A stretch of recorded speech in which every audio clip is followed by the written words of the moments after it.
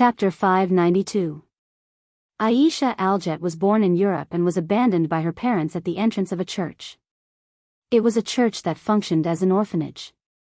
Her parents, who were unable to raise her, probably wanted this pure and innocent girl to be adopted by the church along with the other orphans. Under such circumstances, Aisha grew up under the care of the nuns, and under the influence of the people and environment around her, she developed an unusually devout faith. She had always believed in the God of the Bible. Then, perhaps the young girl's devout faith was discovered by God, and a miracle was sent down. When Aisha was 8 years old, a force appeared out of thin air on her body. It was a power that could completely heal an injured person and restore them to their original state. Aisha, who possessed such power, was discovered by the members of the church by chance. Since then, Aisha's life had changed. Aisha was brought to the headquarters of the Catholic Church. Then, with the title of Saintess with the power of healing, she was presented to the public by the Catholic clergy. The church asked her to heal the discomfort of the visiting believers, saying that it was a blessing from God. Aisha firmly believed in this saying. Because if it wasn't for God's blessing, an extremely ordinary girl wouldn't have such power. Therefore, driven by her devout faith and her gentle and kind nature, Aisha accepted the job without hesitation. As a result, the young girl became the saintess who was worshipped by many believers and spread by word of mouth. Aisha was happy that her power could be used in such a way. The girl had always been grateful to the Almighty God for granting her such an ability. However, as the saintess, one day, she fell into hell because of this power. "You healed an injured devil?" Noah was startled when he heard Aisha's words. Then, he became suspicious. "Is there a problem with that?" Noah asked this question subconsciously. When she realized how serious the consequences of this sentence were, Aisha's smile became a little sad. Because God's power won't heal an evil devil. That's right. Whether in the Bible or other myths, the most common thing was the hostile relationship between God and the devil of hell. For the Catholic Church, who believed in light, devils were undoubtedly dark and evil existences that would make humans fall. In fact, the heavens led by God did frequently fight with the devils and fallen angels living in the underworld. They even fought to the extent of mutual destruction before stopping. This caused the devils, angels, and fallen angels to be still recovering from the losses caused by the war. They were reduced to a tragic situation where they couldn't continue to live without humans. Therefore, for the church that believed in God, the power to heal even the devils who were not blessed by God was no longer a blessing and a gift from God, but the so-called power of heresy. Noah could imagine what Aisha's fate would be in the end. In the world of the God slayers, the witches who once served the Mother Earth were given the title of witches by the Christian religion, and were hunted down. Therefore, Aisha, who was originally worshipped as a saintess, was regarded as a witch because she could heal the devils. It was entirely possible that she was expelled or even killed by the Catholic Church. The saddest thing was that no one in the church that relied on Aisha's healing ability to attract a large number of believers chose to protect her. The members of the church who used to be kind to Aisha had completely turned their kind gazes on her into disgust and fear. It was as if they were putting on a show. This was because Aisha had been labeled as a witch by the church. "It must be that my faith is not enough, so God didn't bless me, right?" Aisha said to Noah with a smile. However, no matter how one looked at it, that smile was too sad. "So, it's all my fault." From Aisha's smiling face and extremely sincere tone, as if she couldn't control her emotions because of her bad past being exposed, Noah heard that this sentence was completely from the heart of the girl. In other words, even after being treated like that, the girl in front of him still believed in the so-called God and took all the blame on herself. Like those believers, she believed that one day she would be saved by God. However, the girl named Aisha probably didn't know what kind of effect her words and behavior had on the only man present at the scene. Naturally, Aisha also didn't notice that Noah's hand under the table slowly clenched. He lowered his head, and an extremely cold light flashed through his dark eyes. At this moment, Noah only felt that his limbs suddenly surged with power, and his body and mind had completely entered into a state of combat. In the past, this kind of reaction would only occur when God, the archenemy of the God Slayer, appeared. However, now, Noah took the initiative to trigger this state. Because, as the God Slayer, Noah's heart surged with strong hostility. The outpouring of hostility toward the so-called God. It was because he had confirmed that Noah's heart was filled with enmity towards his mortal enemy, God, that Noah's body that existed as a God Slayer automatically entered a combat state, and his body and mind were filled with power. After all, the prey had already been identified, right? Well, Noah, who felt his body full of power, murmured to himself with a calm expression. If this is how the so-called God Slayer used the so-called Holy Maiden to collect believers, and when something happened, he labeled her as a witch and banished her, treating humans as playthings, then there is no need to exist. Aisha, who didn't know that her experience had turned the Almighty God from an omnipotent master into a pitiful prey, tilted her head. Mr. Noah, did you just say something? No, nothing, don't mind it. Noah smiled and shook his head. After calmly allowing his body full of power to return to normal, he looked straight at Aisha. So, after being banished by the church, you, who have no other choice, can only choose to seek refuge with the fallen angel? Yes, Aisha's face was gloomy. Because I don't know where I can go, the same sentence, but Noah, who already understood the whole story, heard a different emotion from it. Aisha must be very uncomfortable, right? She was labeled as a holy maiden, without permission, became a tool for the church to collect believers, and was kicked off the altar for no reason. She became desperate and could only seek refuge with the fallen angel. This kind of experience was too dark for a young girl who had not yet reached adulthood. But the girl never complained and still believed in the so-called God. If the so-called God didn't want to respond to the girl's prayer and let the church under his control do whatever they wanted, then there was indeed no need to exist. And Noah finally understood why Aisha suddenly appeared in front of him and asked him to take her in. For this kind-hearted girl, the actions of a disgusting priest and a fallen angel like Freddy, who could kill people at will, were absolutely unsightly. That was why Aisha said that she escaped from the fallen angel. Sigh.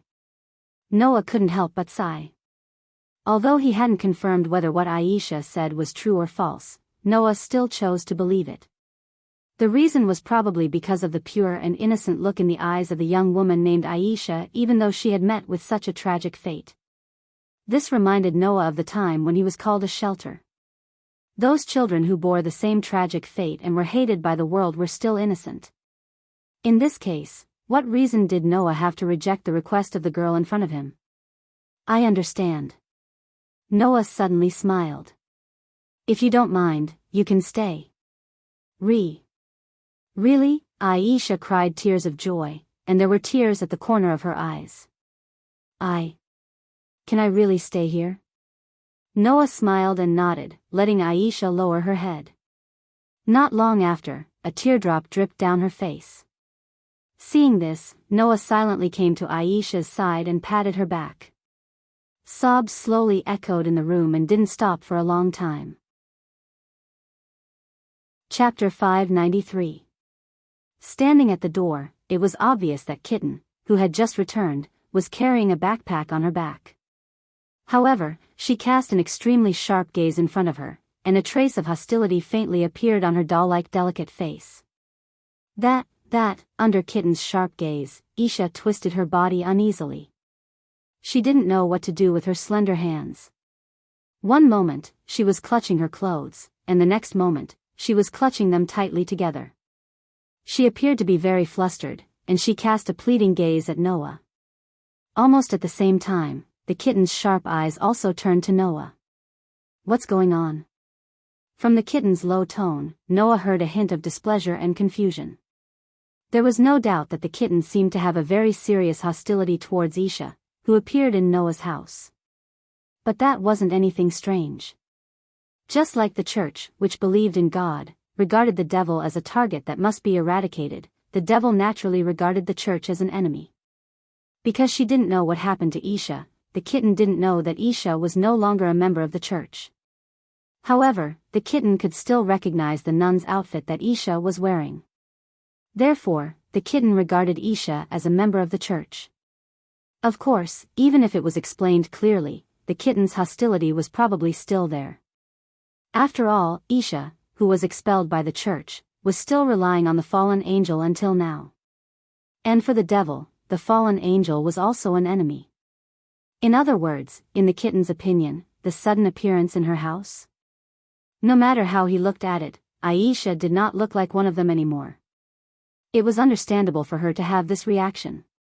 Okay, kitten, put down your hostility first. Noah had no choice but to say so. From today onwards, Isha will also live with us. You have to get along well. My name is Aisha Aljet. Isha reacted and quickly bowed. Please take care of me. In the face of Isha's bow, the kitten was silent. Her beautiful eyebrows were obviously wrinkled together, telling others how complicated her mood was. After a while, the kitten looked at Noah closely. Teacher, are you planning to betray us? You're wrong, kitten. Looking at the kitten's serious expression, Noah knew that he would not be forgiven for saying perfunctory words. He closed his eyes and then suddenly opened them. I've said from the beginning, I'm just an ordinary teacher working in the Horse King Academy. So, I'm not with the angels and fallen angels, and I'm also not a companion of you devils. I hope you don't forget that. As soon as he said this, the kitten's emotionless face slightly changed. For Kitten, who never showed her emotions on her face, her reaction was enough to see how much her heart was shaken by Noah's words. However, what Noah said was not wrong. From the very beginning, Noah had said that he was just an ordinary teacher who was going to take up a post in Chariot King Academy. He had no power behind him, nor did he have anyone to back him up. He was completely innocent and had no connections with anyone. That was why Leah was not worried about letting Noah stay in Horse King Academy. However, the kitten seemed to have unknowingly taken Noah as one of her own. In fact, it was not just the kitten. Even Leah was starting to let down her guard against Noah and chose to trust Noah. However, trust was one thing, and choosing a side was another. Noah was just an ordinary human. Even if he was close to the Jamanli's kin, it did not mean that he was completely on the demon's side. This was something that had to be made clear. Otherwise, there was no telling when Leah and her party would feel betrayed because Noah would have a good relationship with another angel or fallen angel in the future if they categorized Noah as their comrade without permission. Demons, angels, and fallen angels. These three factions can fight however they want. It has nothing to do with me. Noah made it clear, almost ruthlessly. I'm on good terms with you demons now, and it's fine if you treat me as a companion. I quite like being with you, but if you restrict me from interacting with your enemies because of that, wouldn't that be too much? The kitten fell silent again. That was because he finally understood how excessive his statement of the betrayal was. Kitten, please remember that I don't belong to any faction. I just have a good relationship with the Jamanli's kin. Seeing the kitten's silence, Noah sighed. You are my friends. If you are hurt by anyone, I definitely don't mind getting justice for you. But that's only because of the relationship between you and me, not the relationship between me and the demons. Aisha is also my friend, and she won't hurt you. So why can't I interact with her?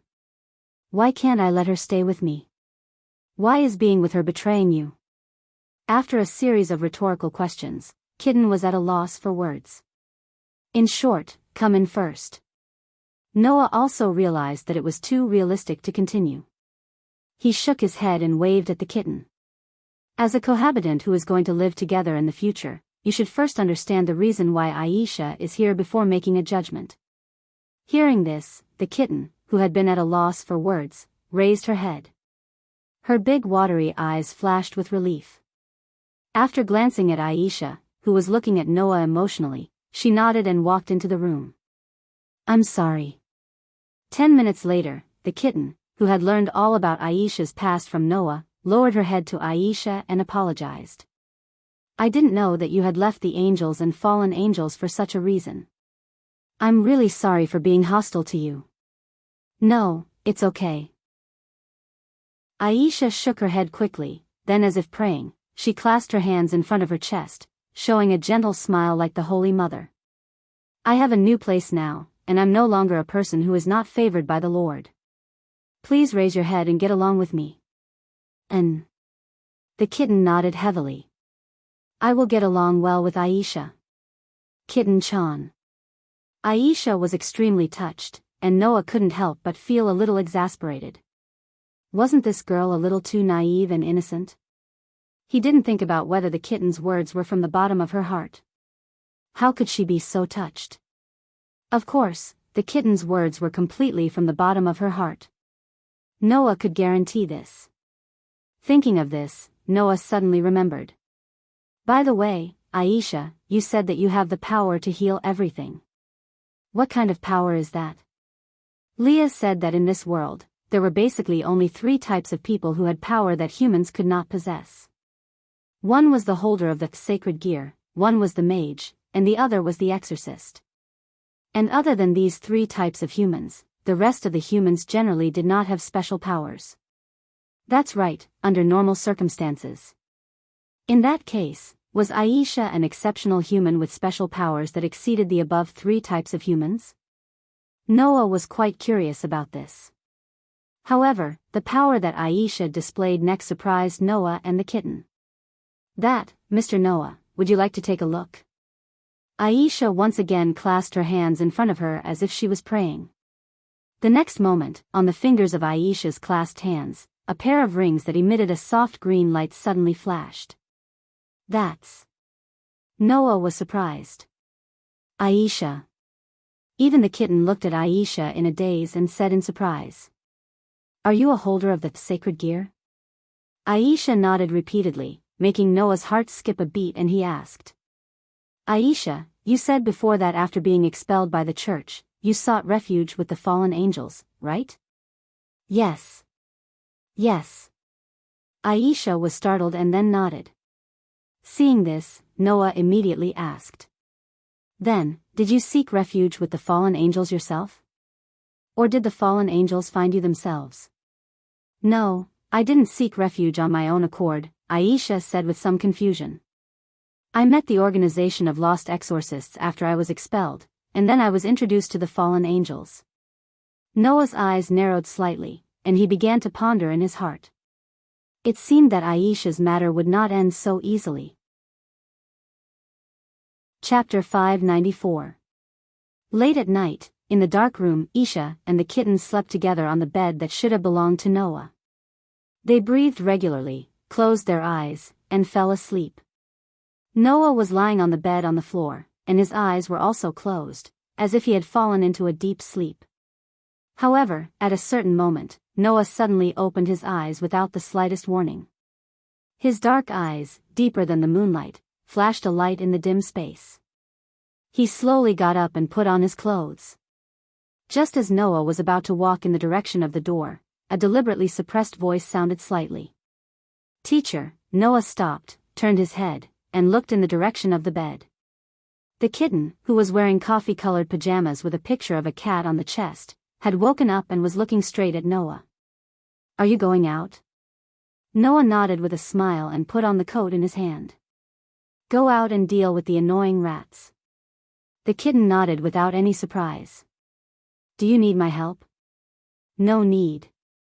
Noah stepped forward, came to the bed, stretched out his hand, gently touched the kitten's head, and said softly. You stay here and protect Aisha. If it was a week ago, the kitten would have slapped Noah's hand away when he made such an intimate gesture.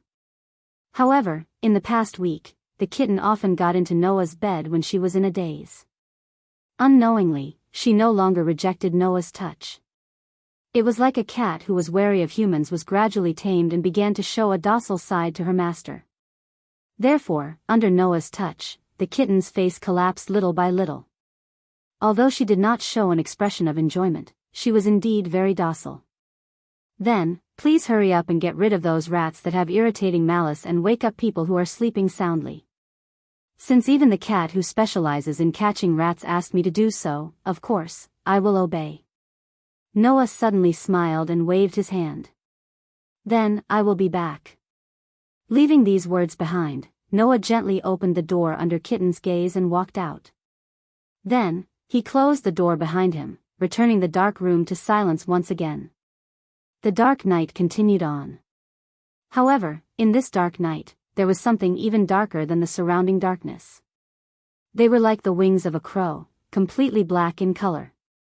Several people with such a pair of wings flew from the night sky at high speed, flapping the pair of black wings, like dark elves who came out to play at night, slowly landing on the street in front of an apartment below. Not long after, a group of 4 people with black wings on their backs came to the front of the apartment and floated in the air. It was a group of 1 man and 3 women. This group not only floated in the air in front of the apartment, but also seemed to be in order to distinguish each other's position. At the front of the group, it was obvious that the leader of the group was a girl with long black hair and a voluptuous figure. "Hey, Caravana, is Isha really here?" "Yes, Line Sama." A big sister with a very serious appearance and a better figure than the former answered. "The trace of aura ends here, so Isha should be here." "But, isn't this the place where that useless guy Fred was heavily injured?" The leader named Line Sama held one side of her face as if she was lying on an invisible bed, and very leisurely continued to ask. "I remember, it was a human." "A mere human, only that useless guy Fred would be beaten to the point of running back. Line Sama, you don't have to mind." A loli with 2 golden ponytails, who looked to be around 13 or 14 years old, said with a playful tone as if she was making fun of something. "That kind of trash, Line Sama doesn't need to make a move. As long as I, Middlet, am here, he can forget about touching Line Sama. There is also me, Donathik."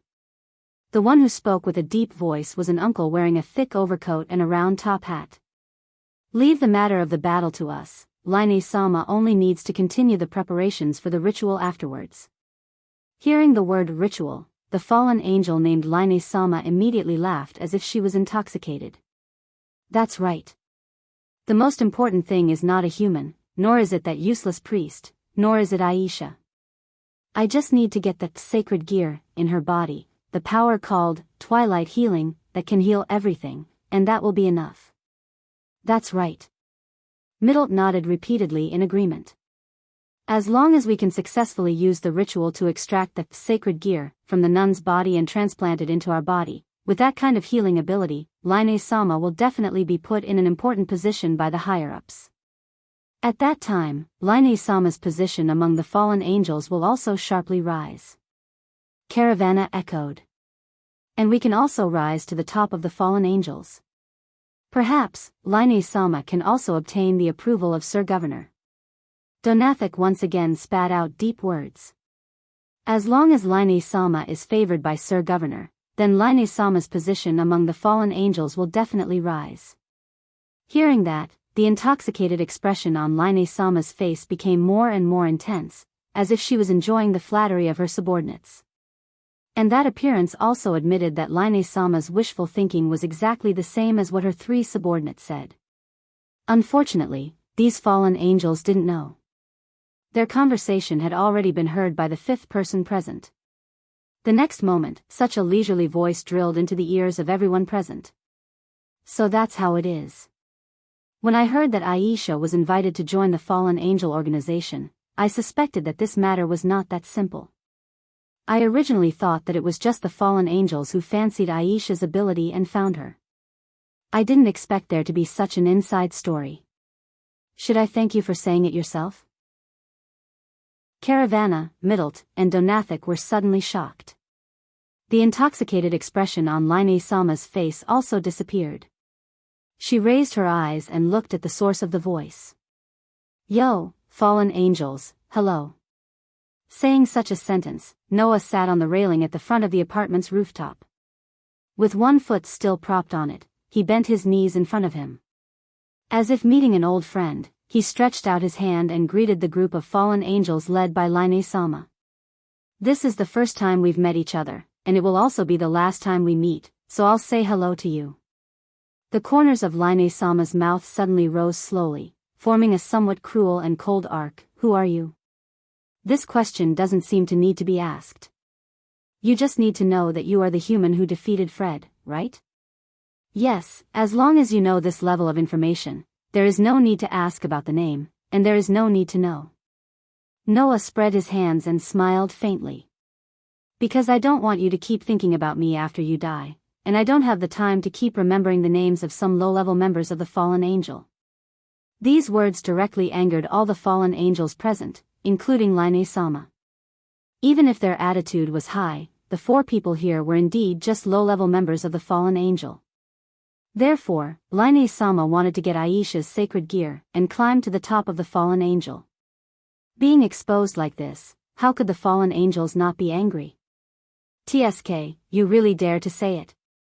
Middle shouted loudly. "A trifling human, don't think that just because you defeated a useless exorcist, you can put pressure on us. Humans are such creatures." Caravana's voice also carried a trace of anger. "Just because you have a little ability, you think so highly of yourself, really disgusting. No matter what, he is just a human." Donasic pressed his hand on his hat and coldly said, "Let's quickly deal with him and forget about it." Line-sama was even more direct. Her expression was languid and fierce as she raised her hand. "Kill him." "Yes." The 3 fallen angels immediately rushed toward Noah.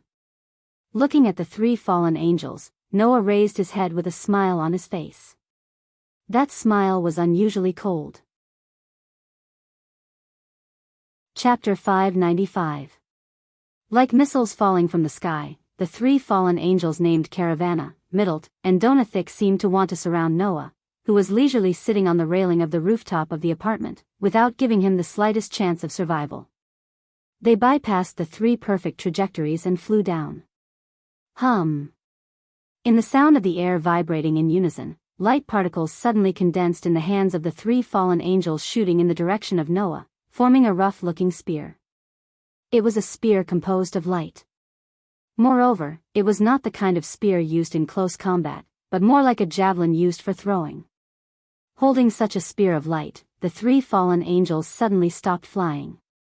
They immediately raised the spear of light in their hands high above their heads and threw it in the direction of Noah. Whoosh! The 3 extremely powerful spears of light cut through the air, causing a sharp sound to resound in the space in unison. They were like meteors falling from the sky, shooting in front of Noah. Facing the 3 dazzling spears of light, Noah's figure didn't even move. In the eyes of Caravana, Middle, and Donathic, it was like Noah had no way to capture the trajectory of the spears of light. He couldn't react at all. Suddenly, a mocking expression appeared on the faces of the 3 fallen angels. However, in the next second, when the 3 dazzling spears of light mercilessly fell on Noah's body, the mocking expression on the faces of the 3 fallen angels completely froze. Bang bang bang. Like fireworks that were suddenly detonated, the 3 sharp spears of light fell on Noah's body. Not only were they unable to leave the slightest trace on his mortal body, but they also seemed to have hit something extremely solid. They directly exploded, scattering light all over the sky. Caravana, Middle, and Donathic's expressions changed dramatically. Wadash! Seeing this scene with her own eyes, Linari, who was still floating in the air like lying on an invisible bed, suddenly got up. Her pair of eyes suddenly widened, and she screamed. Impossible! Impossible? Noah, who was sitting on the balcony railing of the apartment building, smiled indifferently. These are your last words? It's quite concise, isn't it? After speaking, Noah still didn't move, but a burst of terrifying magic power suddenly burst out from his body like a wave, spreading in all directions. In the next moment, around Noah's body, a gorgeous magic array quickly rotated and emerged from the space. It was like a turret, aiming at the 3 fallen angels in the air, Caravana, Middle, and Donathic. Seeing that it's rare for you to perform a standard throwing kung fu, although it's a bit boring, I'll return a magic cannon. Under the shocked gazes of the 3 fallen angels, Noah sneered coldly. Don't worry, I won't use my full strength. After speaking, the gorgeous magic arrays that covered the space around Noah suddenly flashed with a faint light. In the vibration of the air, they gathered the magic power that rose from Noah's body. Then, a beam of magic power soared into the sky and burst into the sky. Like a flash, it drowned the relatively small bodies of Calavana, Middlet, and Donathik. No. In the screams that resounded through the sky, the low-level members of the three fallen angels were directly drowned by the flash of magic power. They were annihilated in the light of magic power that was full of terrifying impact. As if they had never appeared, they completely disappeared from this world. The gorgeous magic arrays that covered his body began to dissipate. The terrifying magic power that rose from Noah's body also gradually converged. This part of the world once again returned to its state of silence. However, the atmosphere that permeated the air was no longer heavy. Instead, it was as if they were in the depths of hell. No. Impossible. After witnessing her three subordinates being completely annihilated in less than 10 seconds, Laneri no longer had her previous leisurely appearance. Only fear filled her heart, causing her face to become incomparably pale. This is impossible. It's impossible. How can a human eliminate three fallen angels in one move? You still have that disdainful sense of racial superiority? Noah, who didn't move from the beginning to the end, only raised his eyes and looked at the trembling Laneri in front of him. His gaze was so calm that it made one's scalp numb. That's why you can take advantage of a girl who clearly did nothing wrong without any sense of guilt, right? Noah couldn't help but recall the reason why Isha came to him. Because I don't know where I can go, yes. She didn't know where she could go. But in the end, Isha chose to come to Noah and even begged Noah to take her in. Isha didn't even know a little about Noah. Before today, she didn't even speak a word to Noah. Her impression of Noah was only that Noah could easily defeat Freddy and mercilessly kill him. She didn't know anything about such a person and her first impression of him was very cruel, yet she chose to rely on him. One could imagine how helpless she must have felt at that time. After all, if she made the wrong choice, she would be doomed eternally. Fortunately, Isha met Noah. If Isha had met an unsympathetic person who coveted Isha's beauty and took her in, what would have happened to her? She didn't even need to think about it. In the end, Isha still chose to come to Noah. It wasn't that Isha was naive enough to believe that there was no bad person in the world, but she really had no other choice. The one who forced Isha to this point, other than the church, was the fallen angel who coveted the sacred gear in Isha's body. Just because someone's body carried a completely unwanted but useful power, she completely squeezed out the value of this person, even at the cost of her life? In the world of a black bullet, what was the difference between those trashy humans who kept saying that the cursed child was the hope of humanity and asked them to give up their lives to fight for it, yet they openly accused the other party of being a monster? So, you have succeeded in pissing me off. With a bone-chilling ruthlessness, Noah reached out his hand to Laneri who was floating in the air in front of him. I heard that the fallen angels used to be angels that served God. Because they had evil thoughts that they shouldn't have, they fell and became fallen angels. Then, if I can let you return to the embrace of the Lord you used to serve after killing you, you should be grateful to me, right? As he spoke, a dazzling magic array appeared in front of Noah's palm. The mana radiating from the array illuminated Noah's cold eyes. But I still want to say, you don't have to thank me, just don't let me see you again. Hearing those words and feeling the terrifying mana rising from Noah's body, the fear in Laneri's heart finally erupted. Ah! While screaming hysterically, Laneri ran in the opposite direction from where Noah was and ran for her life. Looking at Laneri who was running away at the fastest speed in her life, the beautiful magic formation in front of Noah's palm suddenly spun. Bang! In the next moment, along with the dull sound of a gunshot, a magical light beam carrying a scorching heat tore through the air and blasted towards Linali. In just a few moments, it caught up with Linali and engulfed her figure. Boom! Under the pitch-black moonlight, a gorgeous beam of magic power exploded in the air, stirring up strong winds and bright flames, illuminating the horizon. As for fallen angel Laneri, she had already set up her subordinates' footsteps and silently vanished into thin air, vanishing into thin air. Noah's pitch-black eyes reflected the colors of the flames in the air. He slowly withdrew his mana while looking at his hand and smiled helplessly.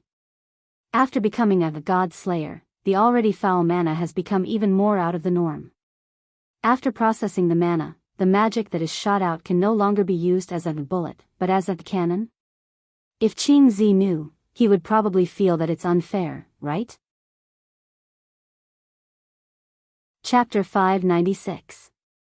Greetings, everyone. I'm Aisha Aljet. Nice to meet you. Inside the Supernatural Research Department of the Full King Academy, Aisha stood at the entrance and bowed to everyone present. Apart from Xiao Mao, all the demons in the Supernatural Research Department looked at each other and stood up. Noah, who was leaning against the wall, could only smile bitterly as he witnessed the scene. Just like Kitten last night. Both Riaz and Jurai Himashima seemed very confused by Aisha's appearance. They were even a little speechless. There was nothing they could do about it. After all, Aisha had been wearing that nun's habit all this time and refused to change. At first, Noah had planned to have Kitten accompany Aisha to buy some casual clothes before coming here to meet Riaz. That way, it would not cause unnecessary trouble. However, Aisha said that she would be nervous if she did not dress up properly when meeting someone important. As it turned out, the so-called solemnity was referring to the nun's habit, which led to this scene. On the other hand, Aisha herself did not seem to know what she did wrong. She did not get the response she expected, and was at a loss as to what to do. She kept looking at Noah for help, and Noah did not know whether to laugh or cry. However, before Noah could say anything, Riaz spoke. Teacher Noah. Crossing her arms and leaning against the luxurious desk, Riaz asked with her eyes closed.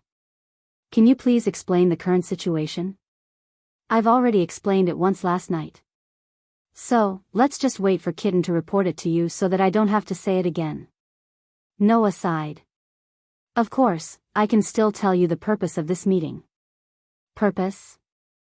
Riaz and Jurai Himashima looked at each other before asking. So, you're saying that you brought this nun here because you need my help? Well, that's it. Noah did not beat around the bush. After glancing in Aisha's direction, he said to Leah. Actually, I want to ask you to help Aisha with the enrollment procedures so that she can study at Full King Academy. Huh?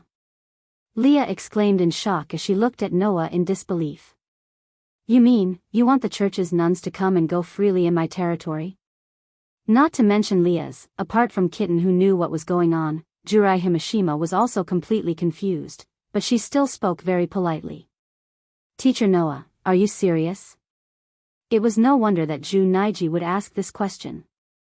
After all, it was hard to imagine that a member of the church would be able to freely enter and leave the demon's territory and study in the Full King Academy. After all, demons and the church were mortal enemies. Aisha's identity isn't a problem. Kitten will explain it to you later. Noah felt that it was too troublesome to explain, so he went straight to the point. I just want to say that Aisha is the same as me.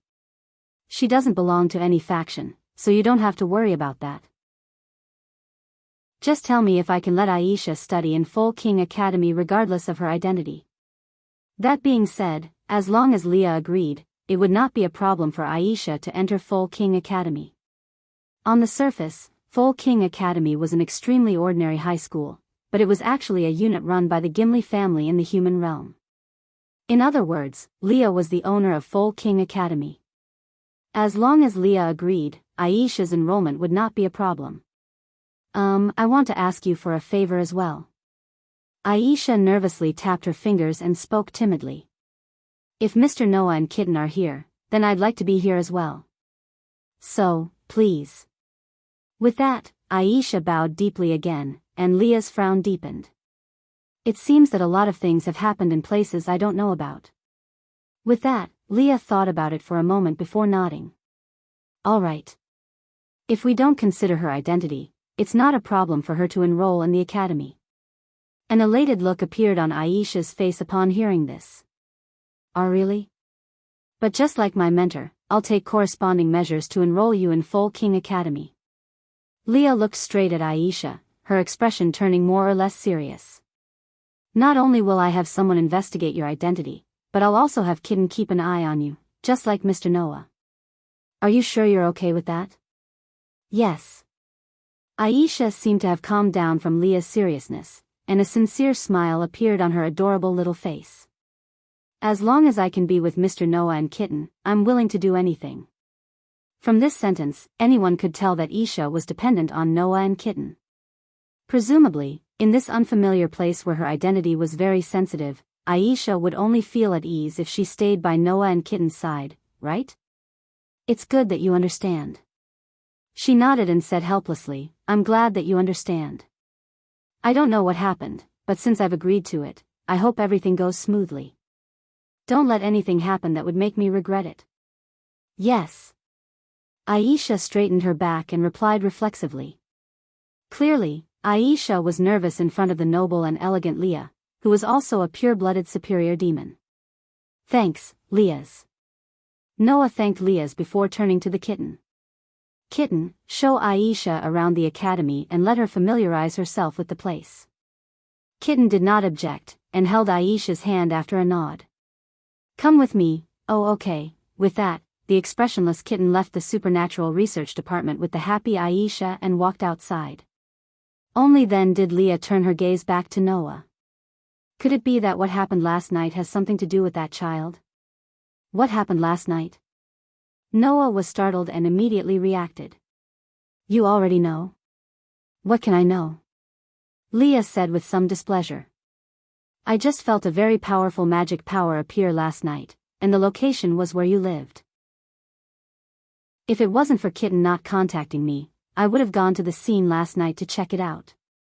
Last night, Noah's 2 magic cannons directly wiped out 4 of the fallen angel's low-level personnel. Although it was just a simple magic trick that was fired after processing magic power, Noah's magic power was out of the norm. The simplest magic trick, whose power was directly linked to the amount of magic power, was much more powerful than other magic tricks. Even Noah could no longer call it a magic bullet, but a magic cannon. That being the case, how could Leah not have noticed the huge commotion last night? He didn't go over to check it out directly. Presumably, it was because that place was where Noah lived, and the kitten was also there. Well, a lot of things did happen on my side. Noah very irresponsibly threw the job of explaining away. Kitten will report it to you anyway, so I won't say much. You can just ask her. Don't you think that's a little too clean? Leah smiled bitterly. Kanna must have sensed the commotion last night, but she didn't move because she sensed that I didn't go there. But soon, she should come directly to me to ask about what happened, right?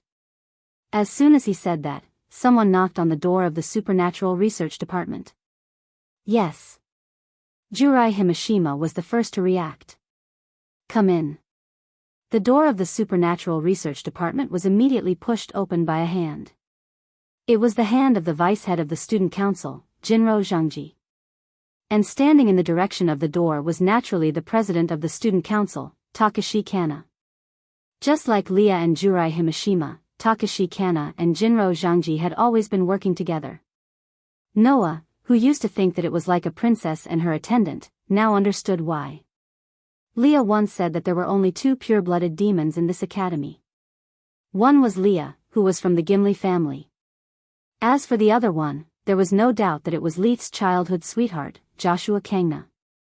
And pure-blooded demons were all nobles, superior demons who had received noble titles. Therefore, Jinro Zhangji must be Takashi Kanna's kin. Chapter 597. Seeing Kangna and Jinlua Zhangji enter the room, Leah's could not help but show a perfect smile. I was just talking about you, and you're here already. You're still as serious about things that can't be taken lightly. Since I have already said that this is a serious matter, it would be foolish to not take it seriously. Kangna Ji smiled slightly. After he turned his gaze to Noah, the smile on his face became even wider. It's been a while, teacher. This is the first time we've met as demons, isn't it? It's just that the famous president of the student council is too busy to pay attention to an idler like me who can only stay in the infirmary. Noah shrugged. But, Kangna, shouldn't you introduce yourself to me again? You're right. Otherwise, it would be rude to you, teacher. Chokshang Na folded his hands in front of him and slowly bowed to Noah. After bowing, he straightened his body and looked at Noah. My real name is Kang Nasidi, the next leader of the Sidi family, a pure-blooded demon family in the underworld. You can call me Kangna as well, teacher. So you're a descendant of a noble as well. Noah smiled helplessly. Well, I'm not as famous as you and Lias, and my name is real. As for the rest, you should know everything from Lias, right? I can only say that I know everything that Lias knows, and naturally, I don't know anything that Lias doesn't know. Kangna closed his eyes and said with a deeper meaning. I'm also waiting for the time when teacher is willing to tell us his true identity. Noah pursed his lips when he heard that, but he did not say anything else. There was no need to think about it. Both Lias and Kangna were still doubtful about Noah's origins. It was not that Lias and Kangna suspected that Noah had sneaked into the academy with ulterior motives. They just thought that Noah's identity was definitely not as simple as he said. The most direct question was, since Noah was a magician and sorcerer, where did he learn his magic tricks and spells? If he could learn something similar to a demon's power, he could not be just a normal human. Of course, Noah could also come up with a popular story in a certain country. For example, he was walking on the streets when a beggar suddenly took out a book and sold it to Noah for $10 each. In the end, after Noah bought it, he found that it recorded magic. However, using that story, Noah might as well say that he was unlucky enough to fall off a cliff somewhere, survived, and picked up a book that recorded magic, peerless martial arts. That was how he became a mage, peerless martial arts. That way, he might be able to gain more trust. From Leah's and Kanna's point of view, there would be no books that recorded magic, no matter where the beggars were or where the cliffs were. Speaking of which, this is really strange. Kangna looked around the supernatural research department and asked in confusion. Only Lias and Zhu Nai are left in the department? What about Kitten and Dumba? They all have their own missions now, Lias replied helplessly. I also realized that it's only me and Zhu Nai in the department recently. We're starting to run out of manpower. Then, how about taking in a few more dependents? Kangna suddenly smiled. You should have a lot of chess pieces on your side, right? A lot. Lias shrugged. But I, Lias Jimenez, won't simply hand over my chess pieces just because I want more manpower. If there's no suitable candidate, I won't simply perform demon reincarnation. Kangna nodded as if she agreed with Lia's point of view. Noah, who heard the conversation between Lias and Kangna, remembered about demon reincarnation. As mentioned before, after the Great War between the three factions of demons, angels, and fallen angels, each faction had to rely on humans to survive due to excessive losses. Among them, after the war, many of the pureblood 72 pillar families were directly cut off and destroyed in history, greatly reducing the number of pureblood demons. In order to increase the combat power of demons and increase their population, Beelzebub, one of the current 4 demon kings, developed a technique to use chess pieces to reincarnate demons from other races. The technique was called Evil Piece. It was a technique that used chess in the human world as a model to create chess pieces and provide them to superior demons so that the superior demons could use them on creatures from other races, thereby allowing them to reincarnate as demons and become their own dependents and servants. There were a total of 6 types of chess pieces: King, Queen, Castle, Rook, Knight, Bishop, Pawn. Among them, there was only 1 king and 1 queen, 2 rook, 2 knight and 2 bishop, and 8 pawn, which was the most basic pawn. Moreover, each chess piece had the characteristics and different values to bestow certain abilities to the reincarnated dependents. The king was a superior demon who had obtained the evil piece. It had the ability to reincarnate other creatures into dependents, and its combat ability depended on the individual. The queen had the abilities of all chess pieces except for the king and pawn. Its value was equivalent to 9 pawns. The rook would be endowed with super high attack and defense, and its value was equivalent to 5 pawns. The knight would be endowed with excellent speed, and its value was equivalent to 3 pawns. The bishop would be endowed with magic talent and ability, and its value was equivalent to 3 pawns. Pawn, on the other hand, had the ability to be promoted to any pawn other than king in the enemy's camp when he received the permission of the king. He could obtain the ability of that pawn and change it at will, including queen. Of course, as pure-blooded superior demons, Lyath and Canna were both kings. Needless to say, Jurai Himajima and Juhaim Shinra, who served Liaz and Canna all day long, were the most valuable and powerful queen. As for the other chess pieces, Noah did not know about Canna's side. But as for Lyath's side, Noah remembered that the kitten was a rook, and Shiba Yuto was a knight. That was why the kitten had such monstrous strength, and Shiba Yuto's speed was also outstanding. No matter what, as a pure-blooded demon family, if you don't have powerful dependents that can match your status, it will affect your reputation, won't it? Canna glanced at Lyath. Especially since you are a special case. Even if you only represent a pure-blooded demon family now, you will soon have the reputation of a pure-blooded demon family added to your name. That has nothing to do with you. The smile on Lyath's face, which had been extremely noble and elegant all this while, seemed to have frozen. It disappeared in an instant, and her tone became gloomy. You're here to ask about what happened last night, right? Sung wasn't surprised at all by Leah's sudden change in attitude. He nodded and walked up to Liaz, who had a rather sour expression on her face, and started talking to her. Noah, who had clearly seen Lyath's reaction, looked at Kojima Junai, who also had a complicated expression on her face. He hesitated for a moment before asking tentatively. What does that mean? Ji Dao Junai shook his head, forcing a smile as he said this. Sometimes, being born into a noble family is not necessarily a good thing. Upon hearing that, Noah shut his mouth and did not ask any more questions. It seemed that Lyath had a story too. Chapter 598. Aisha seemed to be very happy about being admitted to Full King Academy. Apart from the one time she showed up at the infirmary under Kitten's lead, she spent the rest of her time with Kitten, wandering around every corner of the academy. Noah even heard that under Kitten's invitation, Aisha even joined the first-year girls' physical education class and sat in on the first-year class. Noah didn't know how Kitten convinced the teacher to allow Aisha to attend physical education class and sit in on the class. Noah only knew that under such circumstances, Aisha and Kitten were together all day long. They didn't even wait for Noah after school and went straight home together. Seeing how close Aisha and Kitten were, Noah really couldn't imagine the terrible atmosphere when they met last night. But what was even more unimaginable was that a nun from the church would hang out with a demon, right? Seeing how happy Aisha was, Noah had no choice but to let Kitten take the little nun and run around. On the other hand, there were some problems on Leah and Canna's side.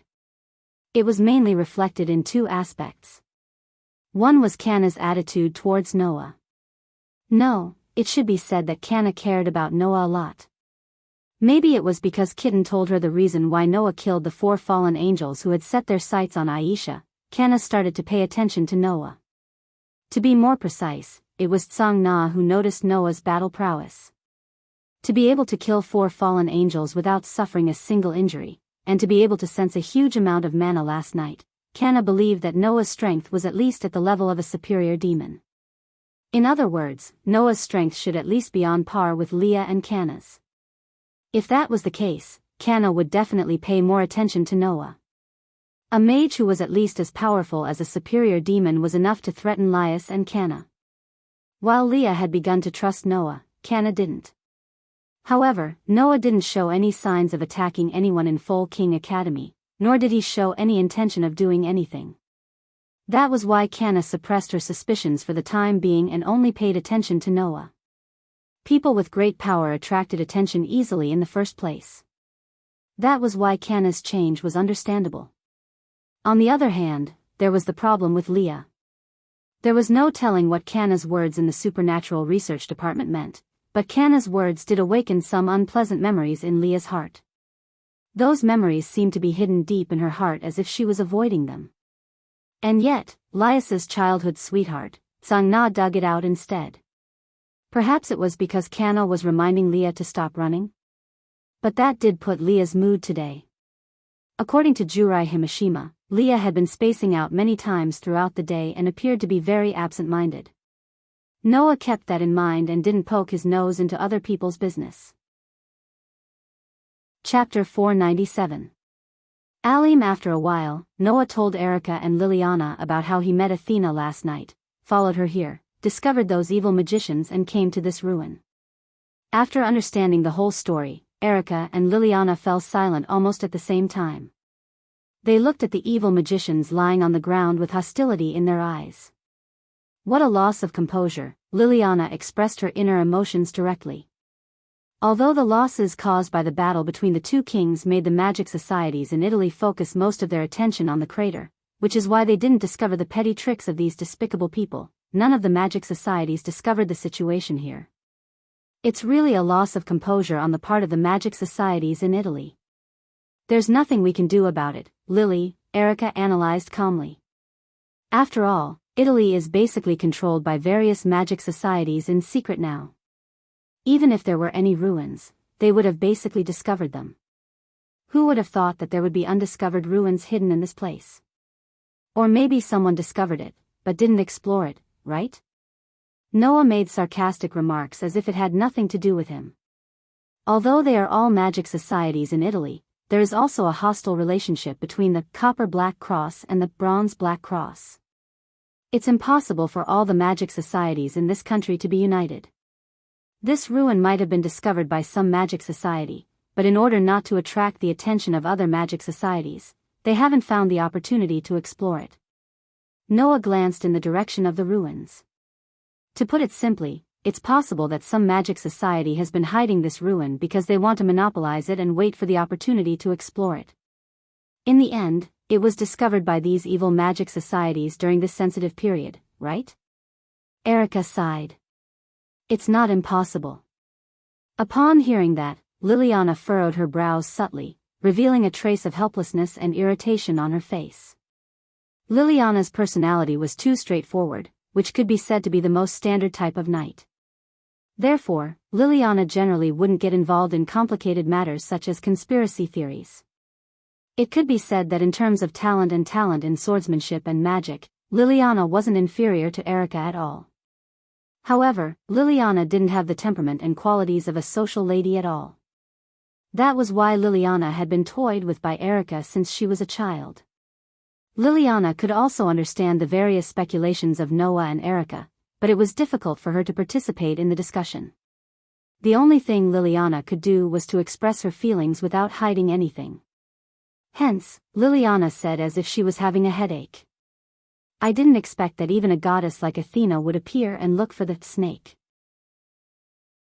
Noah couldn't help but smile bitterly.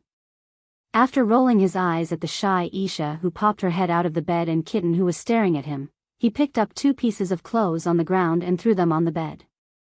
I put the ingredients I just bought from the supermarket into the refrigerator.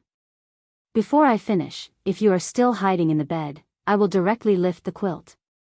Huh? Isha was startled, and tears welled up in her eyes. Why are you like this? Kitten stared at Noah even more fiercely.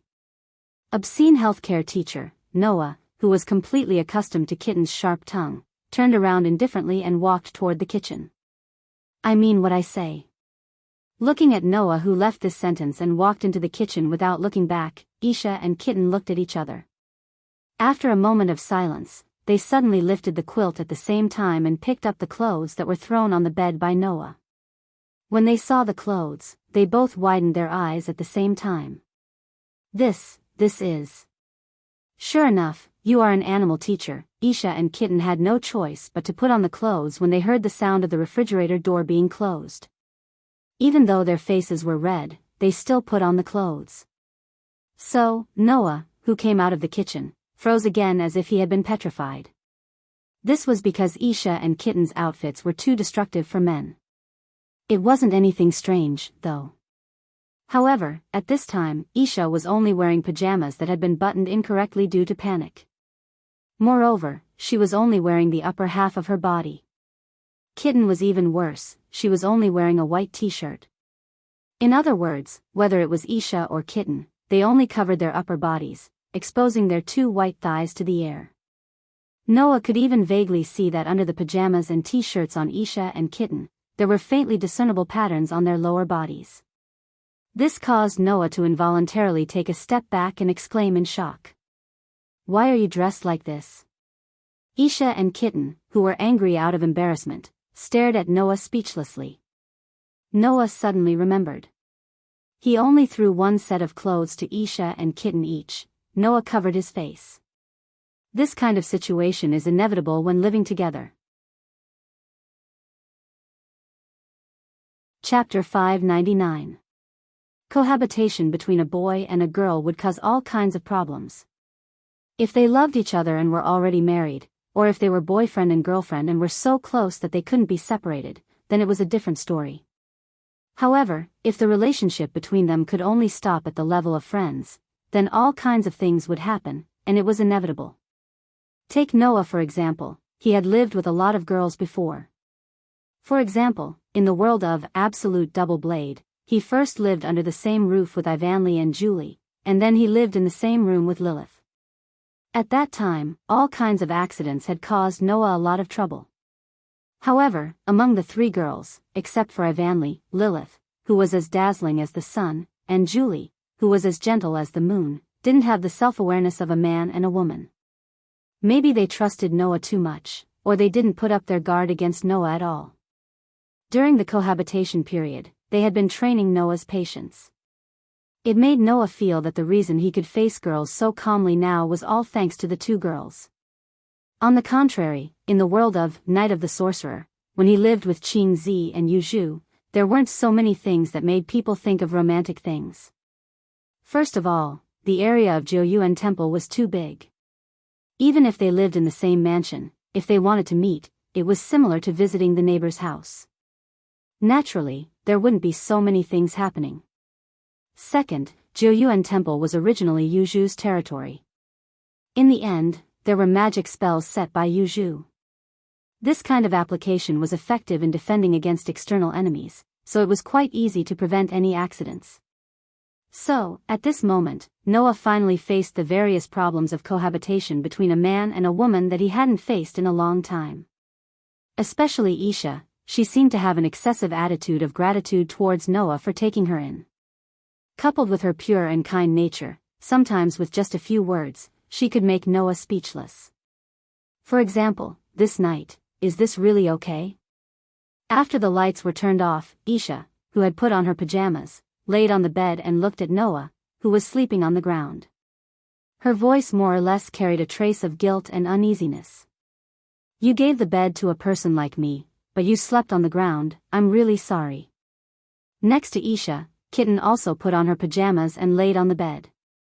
After hearing Isha's words, although she didn't say anything, she still stuck her head out of the bed and stared at Noah with a pair of beautiful eyes that could be seen clearly even in the night. Seeing this scene, even without asking, Noah knew that Kitten must have the same thoughts as Isha. Moreover, it wasn't just a day or 2 of them. After all, Kitten was very bad at expressing her emotions, just like Noah's other cohabitant, Julie, or even worse. At least Julie could stick to Noah's side without hesitation when she wanted to express her goodwill. Kitten, on the other hand, seemed to be completely exhausted in this regard. Even if there was something, she would choose not to say it out loud. Instead, she would hide it in her heart and silently let it pass. So, even if she had the same thoughts as Isha, Kitten probably wouldn't say it out loud, right? "You don't have to worry so much. After all, I'm also a man. I can't let a girl sleep on the ground, right?" Noah, who already had some understanding of Kitten, smiled knowingly, lying on the bed that covered the ground, and shook his head. "Besides, don't look at me like this. I've tried to sleep in the worst environment in the past. Even in the mountains and forests, when it was raining heavily, I just found a tree and leaned against it to sleep. Now that I have such a place to sleep, it's already very good. That's too pitiful." Isha's compassion seemed to be awakened. She couldn't help but clasp her hands in front of her chest and prayed. "Lord, please bless the kind and pitiful Mr. Noah. Oh. When Isha prayed, Kitten's brows immediately frowned. I feel so uncomfortable, Isha only then reacted and smiled embarrassedly. I forgot that Kitten is a demon. Hearing this, Noah couldn't help but laugh. For demons, the God in the Bible was the absolute enemy. Therefore, Isha praying in front of Kitten like this, of course, Kitten would feel uncomfortable. Fortunately, Aisha was asking the so-called Lord to bless Noah. If she was asking the Lord to bless Kitten, Kitten might have been hurt a little, right? Besides, even if she prayed for Noah instead of Kitten, Noah probably wouldn't receive the so-called God's blessing, right? God was like humans to locusts. They felt that demons were harmful and must be eradicated. And God to the God-slayer was like humans to a tiger. It was no longer a level of harmlessness, but a level of non-life-threatening danger. This was the real threat. Under such circumstances, if the so-called God knew of Noah's existence, not only would he not bless Noah, but he would also curse Noah. Okay, you guys can sleep peacefully. Immediately, Noah said with a chuckle. I don't think there's anything wrong with this. You guys don't have to worry about me. Is that so? Isha was startled, then she thought of something and became a little shy. How about Mr. Noah also sleep with us?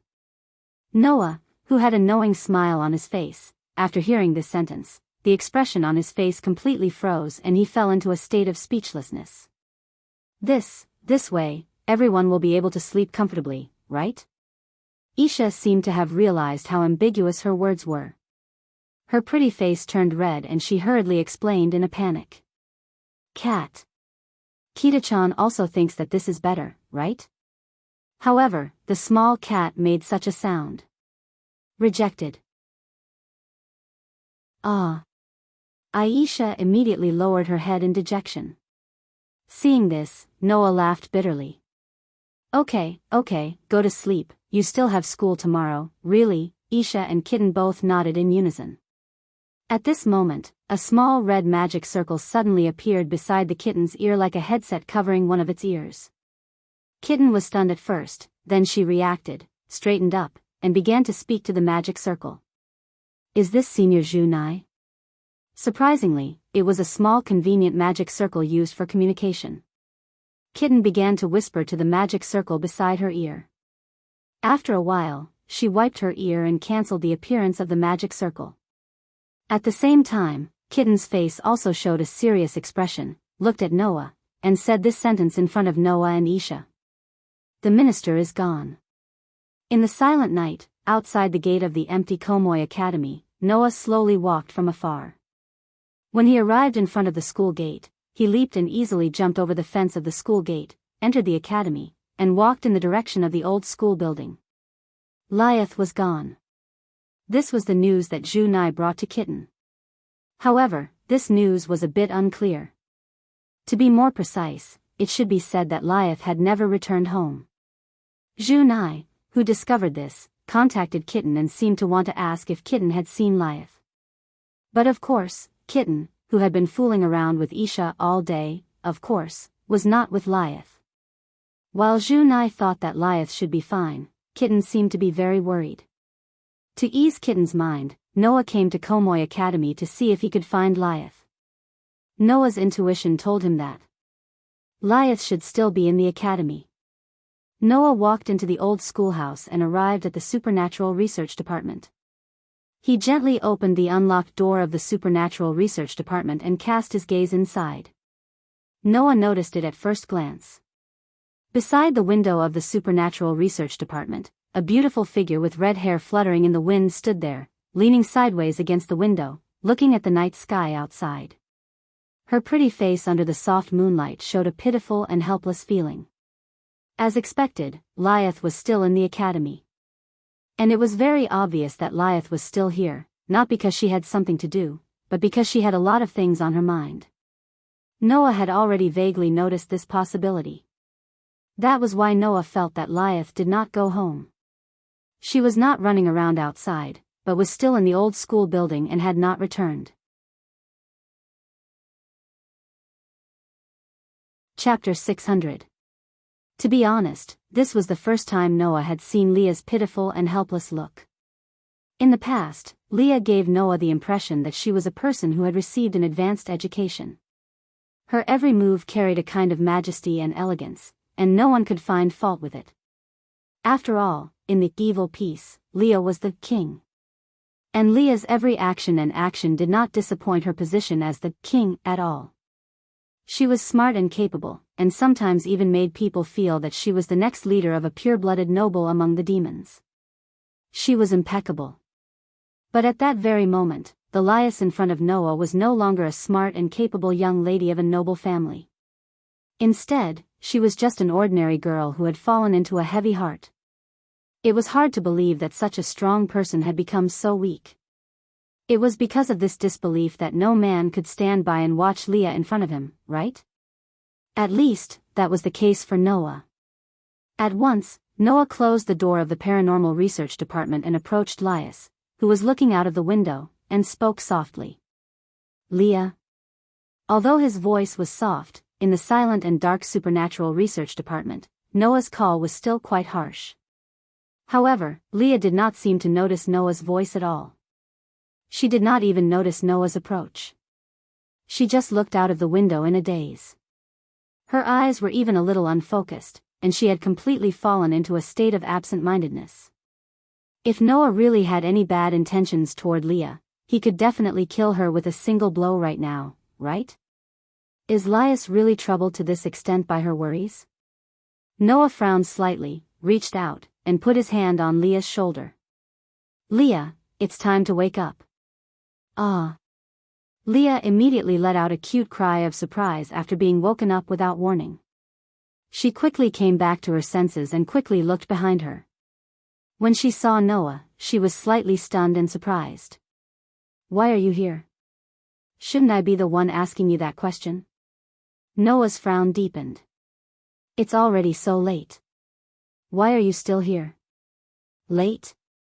Leah looked out of the window in confusion, and when she saw that the sky outside was completely dark, her expression became even more surprised.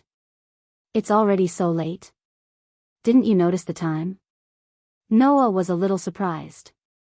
What are you so lost in thought about? And nothing. It was only then that Leah realized what was going on. After adjusting her emotions, she showed Noah her usual noble, elegant, and heroic smile. You're here for me, teacher. Thank you very much.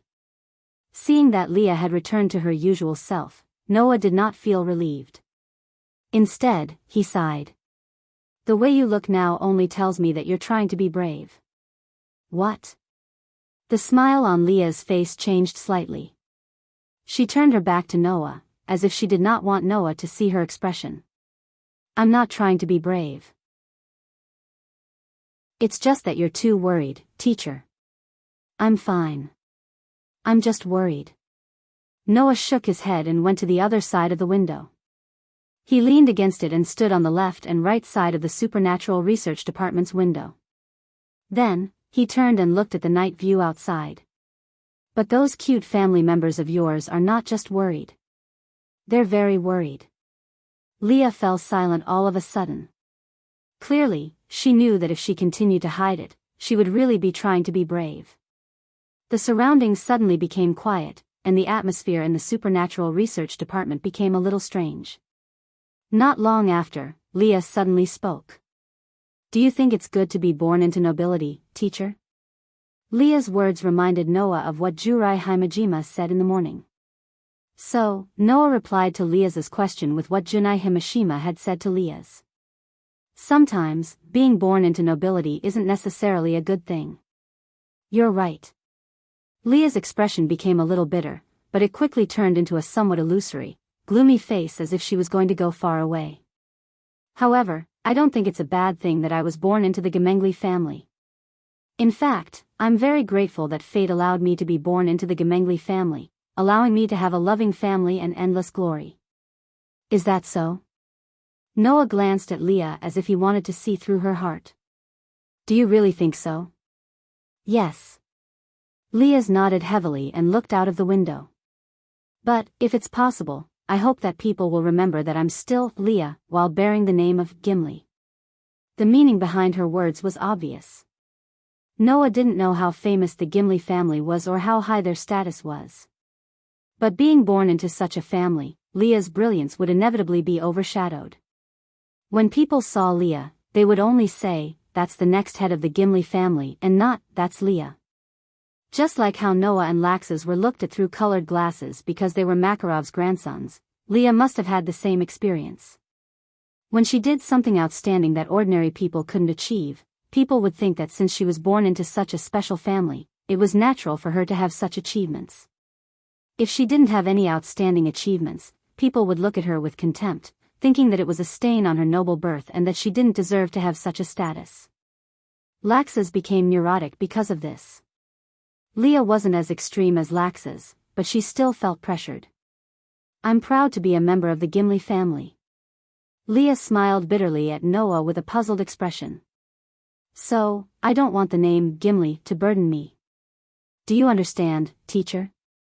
Since you're born into a noble family, sometimes there are many things that are beyond your control," Noah said faintly after a moment of silence. "The most common example is being unable to decide who you're going to marry, right?" This sentence made Leah lower her head and bury her pretty face under her red bangs, covering all her expression. In response, Noah just smiled abruptly. "Actually, I'm also engaged, and I have 2 fiancés." Leah's ears twitched slightly as if she was reacting to Noah's words. "They've liked me since they were young, but I've never responded to this. It wasn't until recently that we finally got married and made a promise to each other for a lifetime. At that time, I really thought that the marriage was quite beautiful, and I wanted to make this marriage a beautiful one." As if he didn't see Leah's expression, Noah began to speak, minding his own business. "A lifetime of mutual consent isn't just something that girls can dream of, it's also an extravagant hope in the heart of anyone who has a longing for love. And to be able to promise a lifetime with the person whose heart is closest to yours, that marriage is undoubtedly a happy one. Everyone wants it." With that said, Noah sighed. However, an unconsensual marriage isn't burdened with the vision of the future, but with the heavy burden of reality. No matter what the purpose is, it will only be a kind of hurt. Just take it as a teacher's advice for your life. Noah smiled at Leah. "Don't be blinded by the surname Gimli. You just have to be Leah. And if you let go of the disadvantages of the surname, you must also let go of the benefits of the surname. What the family gives you is often something that you can only accept unilaterally. So, if you want something, you have to fight for it yourself." Leah almost couldn't help but say this. "But, isn't my strength limited? Then, can't you not fight alone?" Noah replied matter-of-factly. "Aren't there many people around you who can lend you strength?" Leah fell into deep thought. Noah didn't disturb Leah. He just smiled and looked at the night view outside the window. The night passed just like that. Chapter 601. That night, only the 2 of them knew the content of the conversation between Noah and Leah. Noah did not reveal it to Isha and the kitten, and Leah did not seem to have told Jurai Himashima either. However, since then, Leah had returned to her previous valiant and heroic performance. Although she would think seriously from time to time, her state was no longer as bad as before the conversation. If there was anything that had changed, it would be that Leah would often consult Noah about life, as if she hoped that Noah could give her some advice on what to do next. In this regard, Noah naturally would not refuse. Sometimes, he would chat with Leah to relieve Leah's worries. After about 3 days of this life, Leah seemed to have made a major decision in her heart. She no longer came to Noah to consult about life. Instead, she would often quietly contact someone in the dark. According to Jurai Himashima, Leah did not even tell her about this matter. This was a very rare thing. One must know that for a superior demon king, the queen was not only the most capable assistant by his side, but also the confidant who could solve problems the most. If Leah did not tell Jurai Himashima what she was doing, it proved that it was definitely not an ordinary matter. And according to Jurai Himashima, although she did not know who Leah often contacted, she could sometimes see her very excited about something on the other side of the small magic circle used for communication. So, if this continued, Jurai Himashima would sooner or later know what Leah was doing.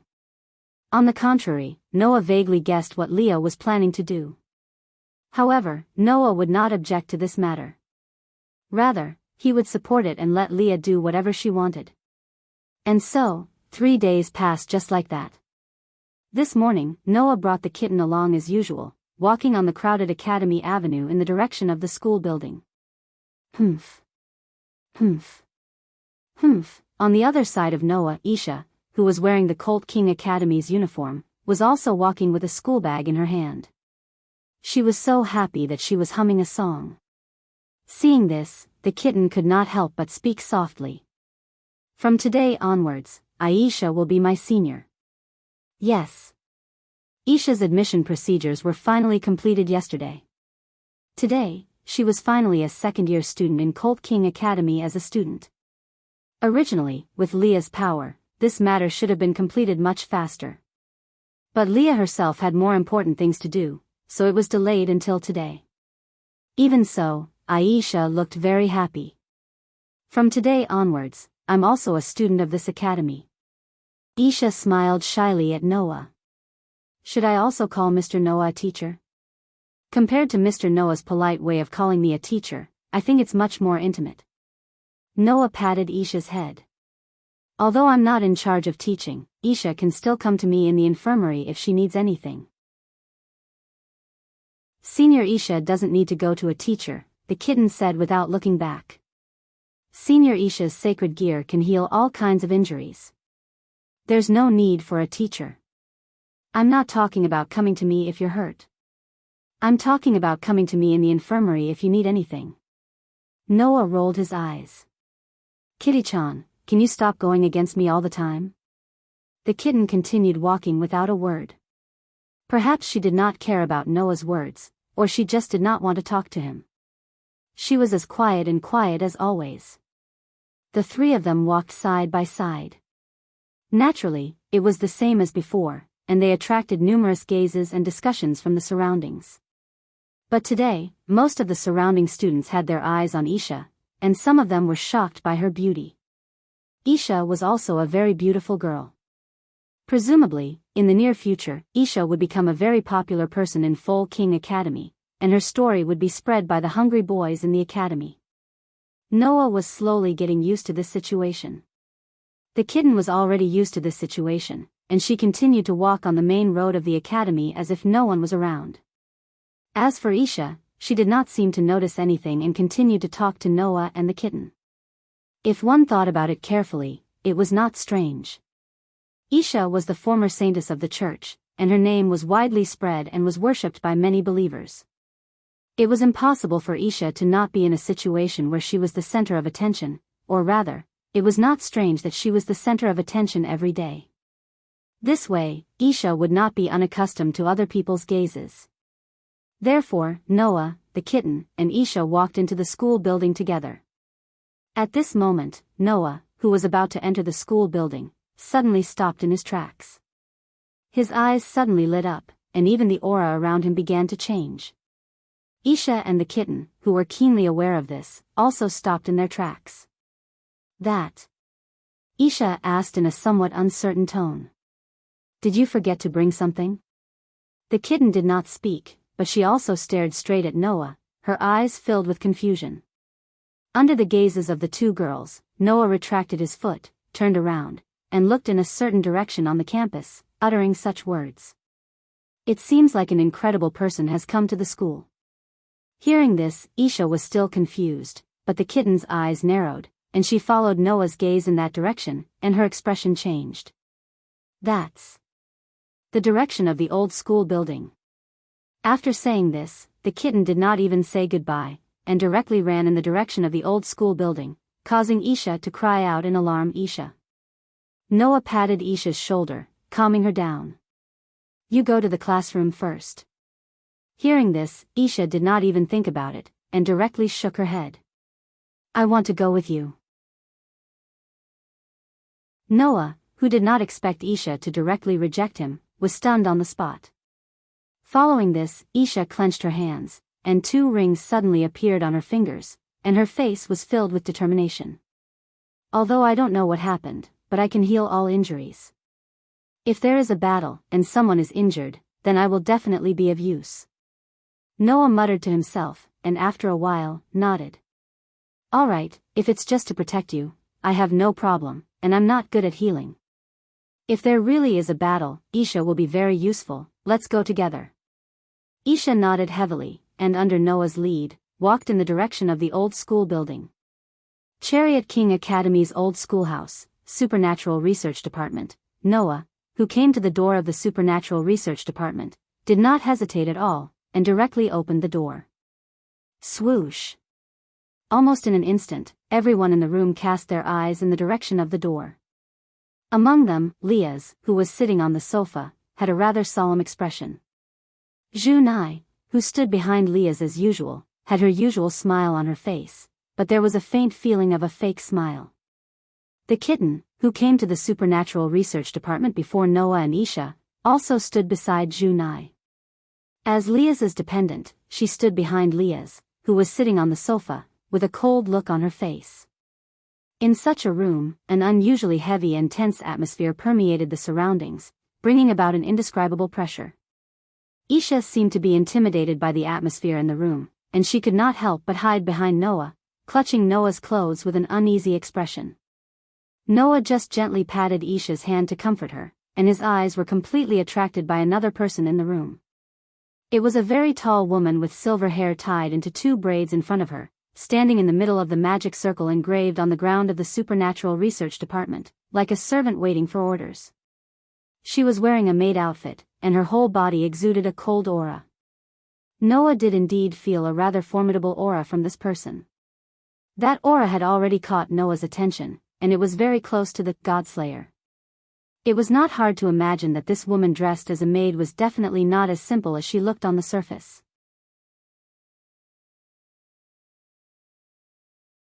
Chapter 602.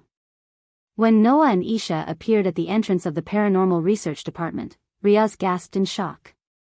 Teacher? What are you doing here? You said the same thing last time. Can't you say something new? Noah shrugged and glanced at the maid who had been staring at him with a smile. I just sensed that a guest is here, so I came to visit. Before Liaz could say anything, the beautiful silver-haired maid turned her eyes to Liaz and spoke with an expressionless face. Lady Riaz, are you planning to let a human intervene in this matter? I know what I should do. You don't have to ask. Riaz frowned and stared at the silver-haired maid with a sharp gaze. Or is it that, Gulifia, I can't even make my own decisions on matters of this level? No, that's not what I meant. The maid named Gulifia bowed at Riaz. Her attitude was very humble, but her tone was neither servile nor overbearing. You are the next head of the Gemengli family. Of course, I can't object to your decision. You don't object? Riaz spoke with a rare hint of mockery. Then why are you here when I'm objecting to the family's decision? Of course, that's not my intention, Gulifia replied calmly. I'm here on the orders of the Master and the Demon King, Lord Lucifer. It wasn't just Liaz, but also Zhu Nai and Kitten's faces darkened at once. Demon King Lucifer? Isha was shocked by the title. Not to mention Aisha, even Noah was stunned as he looked at Leah. Lucifer, one of the 4 demon kings who ruled the demon realm at the peak of the demon realm. Why would a demon king be involved in this? Perhaps she had sensed Noah's confusion, but Himajima Zhu Nai, who was standing behind Lias, explained. Moreover, as soon as he opened his mouth, Jurai Himashima revealed a fact that shocked Noah and Isha. The current demon king Lucifer is the elder brother of Minister Lias. Bro. Brother, Isha was stunned. In other words, Senior Lias's brother is Lord Lucifer, the demon king? Zhu Nai and the kitten nodded. Even Lias let out a bitter smile and sighed. If possible, I really don't want to bring up the name of my elder brother everywhere. I can understand your feelings, but even without the identity of Demon King Lucifer's sister, you are still the next head of the house. Gulifia closed her eyes and said. So, please don't do anything that will make things difficult for the Jamanli family. Her expression changed from a heavy one to a rather ugly one. In other words, in the end, you still don't intend to listen to my opinion? I'm just reminding you not to forget your identity, Lady Lias. Gulifia suddenly looked at Lias. You are the next head of the Jamanli family, and your every move represents the Jamanli family. If you insist on doing something like that, the Jamanli family will be the one to suffer. How can you face the Jamanli family if that happens? Don't use the Jamanli family to pressure me. I know what I'm doing. Lias's expression was getting worse, but her eyes were unusually firm. Since I'm the next head of the Jamanli family, at least let me decide on things of this level. I'd rather not be the head of the Jamanli family who can't decide anything.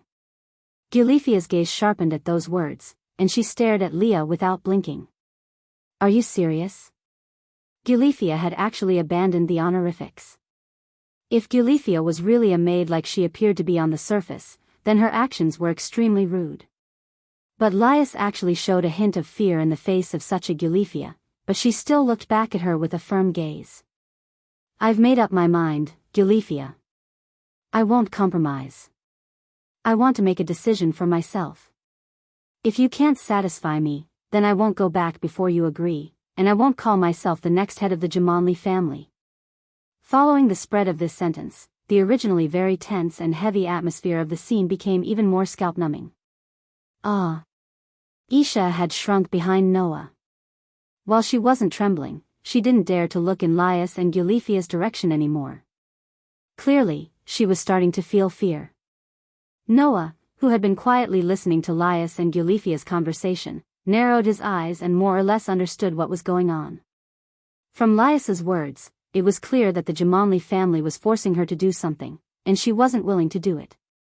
But Lias was not willing to carry out this matter at all. Finally, after a conversation with Noah a while ago, she decided to put forward her opinion to the family.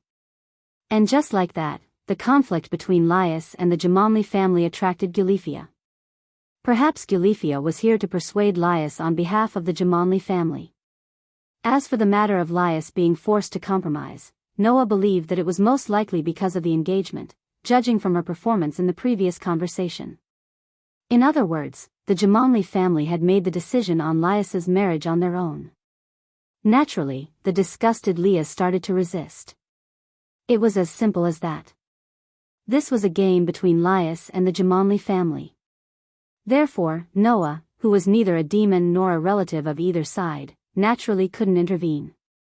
Otherwise, it would only cause unnecessary disputes, and it might even lead to the issue between humans and demons instead of Lias and the Jamanli family. That was no laughing matter. Therefore, even if he wanted to intervene, he had to find an opportunity. Noah pondered in his heart and began to look for an opportunity to intervene. Who knew that opportunities would always come unknowingly? In the corner of the Supernatural Research Department, the huge magic circle engraved on the ground suddenly lit up, vibrating the air and emitting a blinding light. Within the light, the magic circle engraved with the Jamanli family's coat of arms began to slowly transform into another pattern. Lias, Jurai Himashima, and Kitten were all shocked the moment they saw the pattern.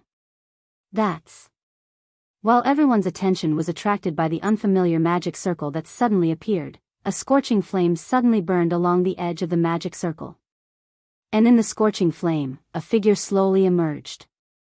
Seeing the owner of the figure, Lias' expression became extremely gloomy, and her eyes were filled with hostility. Noah followed Lias' gaze and saw a man in a red suit without a tie. The shirt under the suit was also casually open to his chest. Although his facial features were regular, there was a hint of fierceness in his expression. The man was probably in his early 20s, a few years older than Noah. However, when he turned his head and looked at Lias, the smile on his face was no different from that of an ordinary gangster.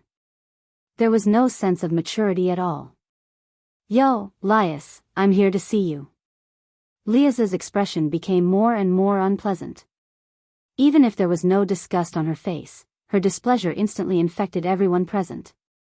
Seeing this, Noah somewhat understood the identity of the person who had come. Let me introduce them to everyone.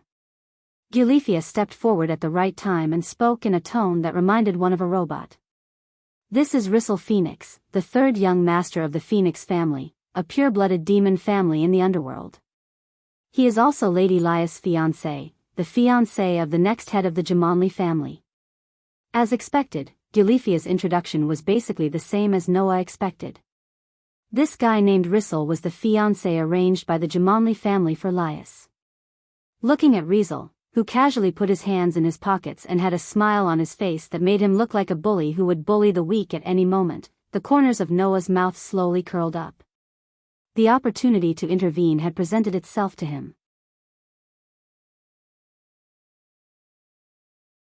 Chapter 603. Whoosh. The scorching flames set off layers of sparks with the magic circle as the center. They danced in the air and scattered in all directions. With his hands in his pockets, Rissel, who looked like a thug, did not even look at the others. Instead, he directed his ferocious gaze at Liesel with a mischievous smile on his face, which made Liesel's expression stiffen. Rissel, what are you doing here? I don't really like coming to the human world. The air and wind in this world are too dirty. It's very uncomfortable for a demon like me who controls fire and wind. Rissel shrugged helplessly. But even I would be anxious to hear that my fiancé is planning to break off the engagement. Liesel, if you're obedient now, I can go back now. In other words, Rissel came here specifically because he heard that Liesel was planning to break off the engagement. That's quite thoughtful indeed. But it's a pity that he used his thoughtfulness on the wrong person. Rissel, you're not anxious about me, your fiancé. You're anxious because the path of building a good relationship between Phoenix and the Gimli family is about to be gone, right? Liesel looked at Rissel coldly. Since you already know that I'm planning to break off the engagement, you still came to me. That will only intensify my thoughts. Rissel was still smiling mischievously. Even his eyes revealed a look of indifference, as though he was scoffing at Liesel's thoughts. Say, Liesel, don't tell me you don't know that the Gimli family's current situation is not as good as it seems on the surface? Liesel did not say anything. She only stared at Rissel, which made him twitch his mouth helplessly. In the perennial war with the angels and fallen angels, many pure-blooded demons on our side have died. Even though we're now out of the war, we're still engaged in small-scale conflicts and confrontations with the angels and fallen angels.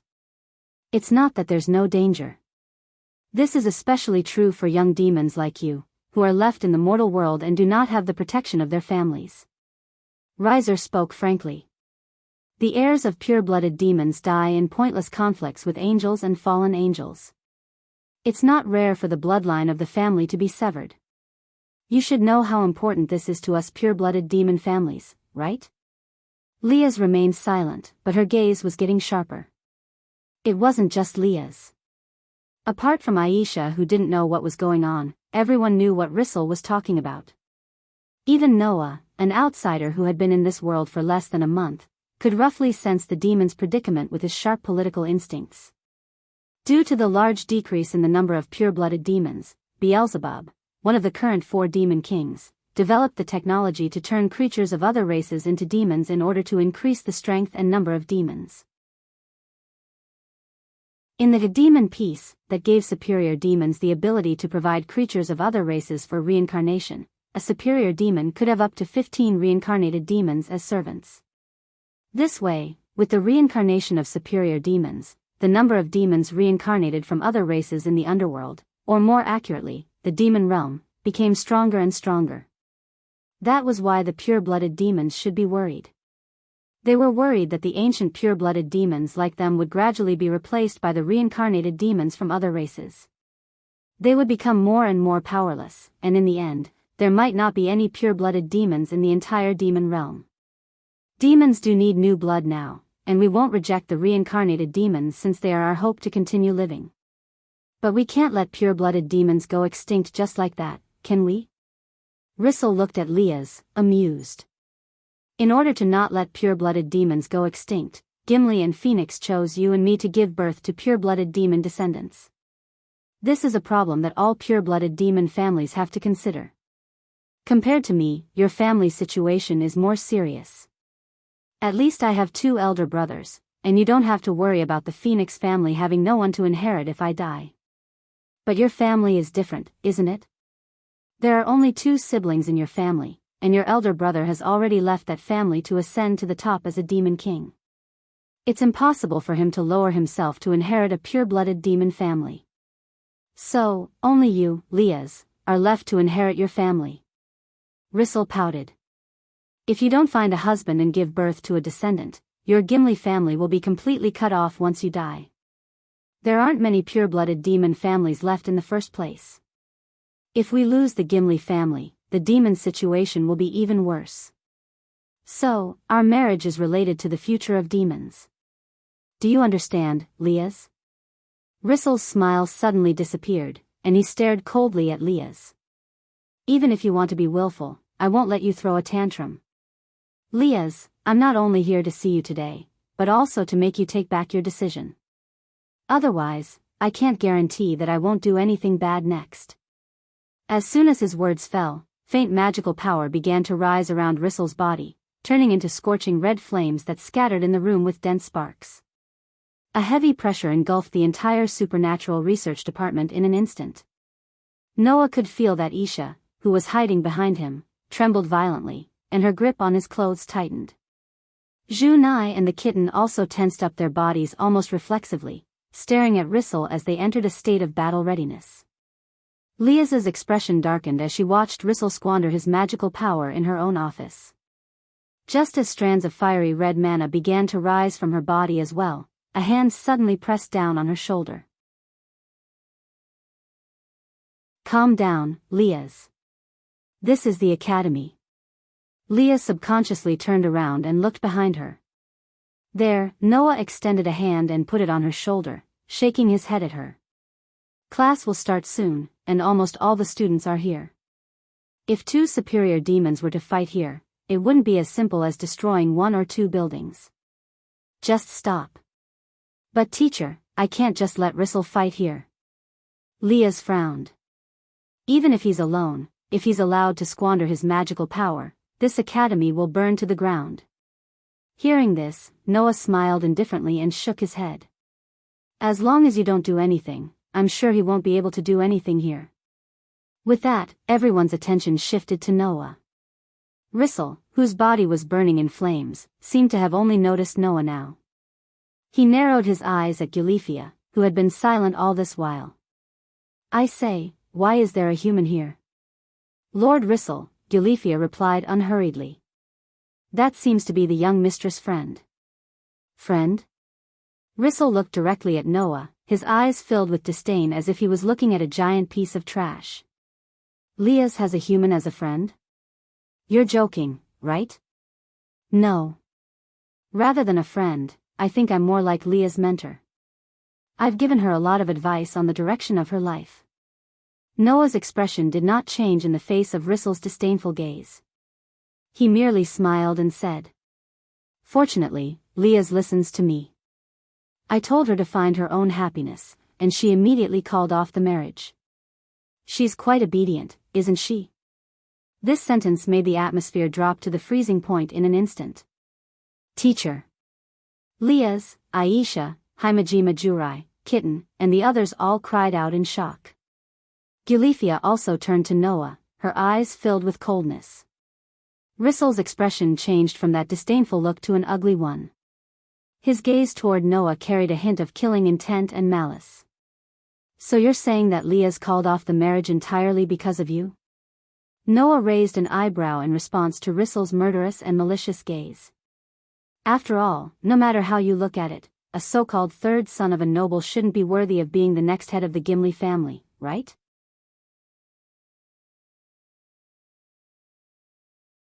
Chapter 604. After all, no matter how you look at it, a so-called third son of a noble can't possibly be worthy of being the next head of the Gimli family, right? As Noah's words echoed in the supernatural research department, the atmosphere of the place changed completely. It was as if a conflict was about to break out on the battlefield, and the smell of smoke began to fill the air. Rizier stared at Noah and glanced at Noah's hand on Leah's shoulder. After seeing that Leah didn't resist at all the expressions on his face disappeared. Teacher. Leah's eyes widened. She didn't expect Noah to draw the flames of war to her, and she became a little anxious for a moment. However, Noah's hand on Leah's shoulder kept tightening, to the point that Leah felt some pain. The astute Leah's immediately caught Noah's meaning. Noah was hinting to Leah not to interrupt. Leah didn't know what Noah was planning to do, and while she hesitated whether to interrupt, the anxiety in her heart grew stronger. Sigh. Rizier, on the other hand, actually sighed and pulled out a hand from his pocket to cover his face. I didn't expect that the culprit who caused the chaos in the Gimli family and the Phoenix family was a human. I don't know how to express my feelings when I think about how I rushed to the human realm because of a human. With that, Rizier opened his eyes and looked straight at Noah through the gaps between his fingers. There was no emotion in his eyes. Then, it shouldn't be a problem if I kill him, right? Leah, Aisha, Jurai Himashima, and Kitten's expressions changed instantly. No one doubted that Rizier was just saying that for fun. After all, to demons, 1 or 2 human lives were something they could take as they wished, and they wouldn't feel guilty at all. On the other hand, demons like Leah's and Kangna who had assimilated into human society and were friendly instead of hostile were the truly unusual ones. In addition, the heavy murderous aura emitted from Rizal's body told everyone present that he was a very dangerous person. He was serious. Facing such a riser, Noah looked up. Even though he was enveloped by that heavy murderous aura, his expression remained calm. He only said this one sentence. It doesn't matter. If you can do it, just do it. Teacher. Leah's could not help but call out. Please calm down. Don't worry, Leah's. I'm not losing my cool. I just find it interesting. Noah patted Liesel's shoulder. Undoubtedly, he was involved, but he was much calmer than Liesel. He looked at Riesel and smiled. Undoubtedly, it has already reached the point where it can't continue without humans, yet it still looks down on humans. Don't you think this kind of demon is very funny? Noah's words had targeted all demons. This time, not to mention Leah's and the others, even Gulifia frowned. Human, you really do have guts. Riser laughed. His laughter was a little crazy. He looked at Noah with a gaze full of mockery. Since you've said so, I'll kill you even if it's for the demon's reputation. If belittling humans and showing off the demon's superiority is for the demon's reputation, then I don't mind you doing it. Noah's eyes were filled with mockery. Then, Mr. Demon, are you planning to duel with me? No, no, no. You've misunderstood. Rizzle shook his head with a smile, but there was no smile in his eyes. It's too serious to call it a duel. It's just a little fun. With that, the mana around Rizzle expanded, turning the scorching flames into waves of fire that attacked the surroundings. Just as Rizzle was about to kill Noah, Noah raised an eyebrow as if he didn't know that Rizzle was about to attack. In other words, this isn't a duel, but a game? Ha ha ha ha. That's right. Rizzle laughed out loud. It's just a game. Have fun. Upon hearing that, the corner of Noah's mouth slowly curled up. That arc made it seem as if everything was under his control. It was as if everything was within his expectations. Since it's a game, there should be a wager, right? A wager? Rizzle was stunned. That's right, a wager. Noah pretended to be deep in thought for a moment. His eyes that were looking at Riser didn't lose their brightness. Then, Noah said, "Oh, right. If you lose, I'll give your fiancé to you. How about that?" Everyone in the Supernatural Research Department was stunned when those words echoed in their ears. Teacher. Leah's was completely stunned. She didn't expect things to develop like this, and she was at a loss. As for Gulifia, she felt a chill run down her spine when she saw the bright luster in Noah's eyes. She felt that the man in front of her seemed to have calculated everything, and forcibly changed the situation from the Gemengli family and the Phoenix family into a personal issue. In other words, this was no longer a confrontation between the Gemengli family and the Phoenix family, but a confrontation between Noah and Rizzle. Unknowingly, this man named Noah had the entire situation in his hands and grasped the crux of the situation. If Rizzle really did agree to Noah's wager out of impulse and lost, Gulifia found it unbelievable that such a thought popped up in her mind, and an ominous feeling gradually grew. Her instincts told her that she had to stop this from happening. Unfortunately, before she could stop him, Rizzle burst into laughter as if he had been poked in the funny part. It was as if he saw a circus clown performing in front of him, and he couldn't stop laughing no matter what. And so, Rizzle said that he had embarked on a path of no return. Then, what if you lose? If I lose, I'll be responsible for convincing Liaz to go back with you and complete the marriage. Noah shrugged as if he had been waiting for this for a long time. Since I have a way to make Liaz back out of the marriage, I naturally have a way to convince her to go through with it. I believe that if Liaz gives up on the idea of canceling the marriage, you'll have a lot less to worry about, right? Upon hearing Noah's words, Rizer, who was just fooling around with Noah, froze for a moment before finally becoming serious. Teacher. Liaz called out again, and this time, she sounded very agitated. But just as Liaz was about to say something, Noah glanced at her. The unquestionable look in his eyes made Liaz's heart skip a beat, and she couldn't help but swallow the words she was about to say. In Rizzle's eyes, that look meant that Riaz had agreed to it. His eyes sparkled at once. Right. Let's leave the game for tomorrow. At this moment, Noah changed the topic and said helplessly. As you can see, I'm just a human. If I win the game by luck, there's nothing I can do if some noble young master decides to go back on his word. That's why I hope that the Gimli family and the Phoenix family can witness the game tomorrow. That way, you won't be able to go back on your word, right? Humph, superfluous. Rizzle sneered. Very well. Let the two families be the witnesses. With the nobles as witnesses, you won't be able to go back on your word, right, Liaz? Liaz took a step forward, but was still held back by Noah. Liaz, if you continue to object, it will only make the issue of your marriage back to an unsolvable stalemate, Noah reminded her. Unless you have a solution, everything you do is just a last-ditch struggle. Liaz was speechless. Very good. Then it's settled. Rizzle's face lit up with joy as he laughed. I'll look forward to tomorrow then. Seeing that the situation had entered an irreversible state, Gulifia had nothing else to say, which made Noah smile. And just like that, the matter was successfully taken over by Noah. Everything was going smoothly.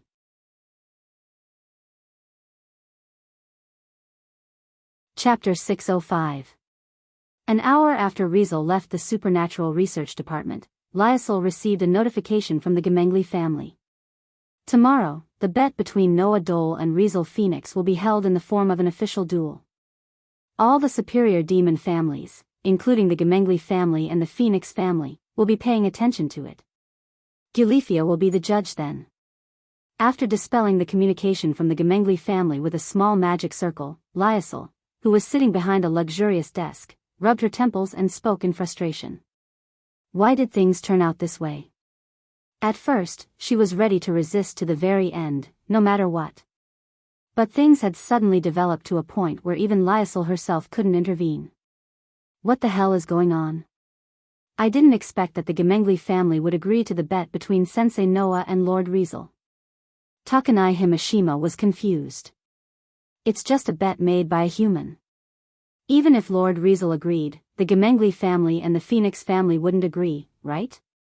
It's precisely because it was a bet issued by a human without permission that they agreed, Noah, who was sitting on the sofa and sipping tea, explained casually. For those pure-blooded demon nobles, a human has no chance of winning against the third son of the Phoenix family. Since that's the case, instead of ignoring the bet and dealing with the willfulness of the Gemengli family's eldest daughter, it's better to legalize the bet and let the third son of the Phoenix family win the bet legitimately. When that happens, with so many nobles as witnesses, you won't be able to go back on your word, Liasol.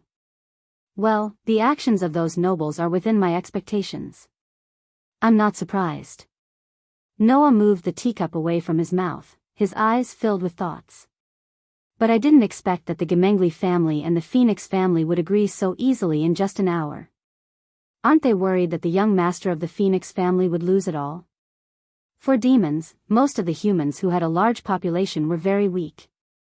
But Lyasol also said that there were humans who could rival demons. For example, the wielder of the sacred gear. For example, the exorcists of the church. Another example was Noah, who was regarded as a magician. Although most of the mages, exorcists, and holders of sacred gear only had the power to match low-level demons, and some were even weaker than low-level demons, there were still existences that could match high-level demons. Therefore, Noah had originally intended to show a bit of weakness and let the Gimli family and Phoenix family lower their guard against him. However, he didn't expect the Gimli family to agree to this duel so easily. This was truly beyond Noah's expectations. Could it be that those demon nobles really despise humans to the extent that they don't even think that there's a possibility of them losing? If that was the case, then Noah was overestimating the demon nobles. And yet, what Riaz said next answered Noah's question. Even if my mentor has the ability to match superior demons, those nobles would not believe that Rizal would lose. Riaz said with a deep voice. Because Rizer will never die.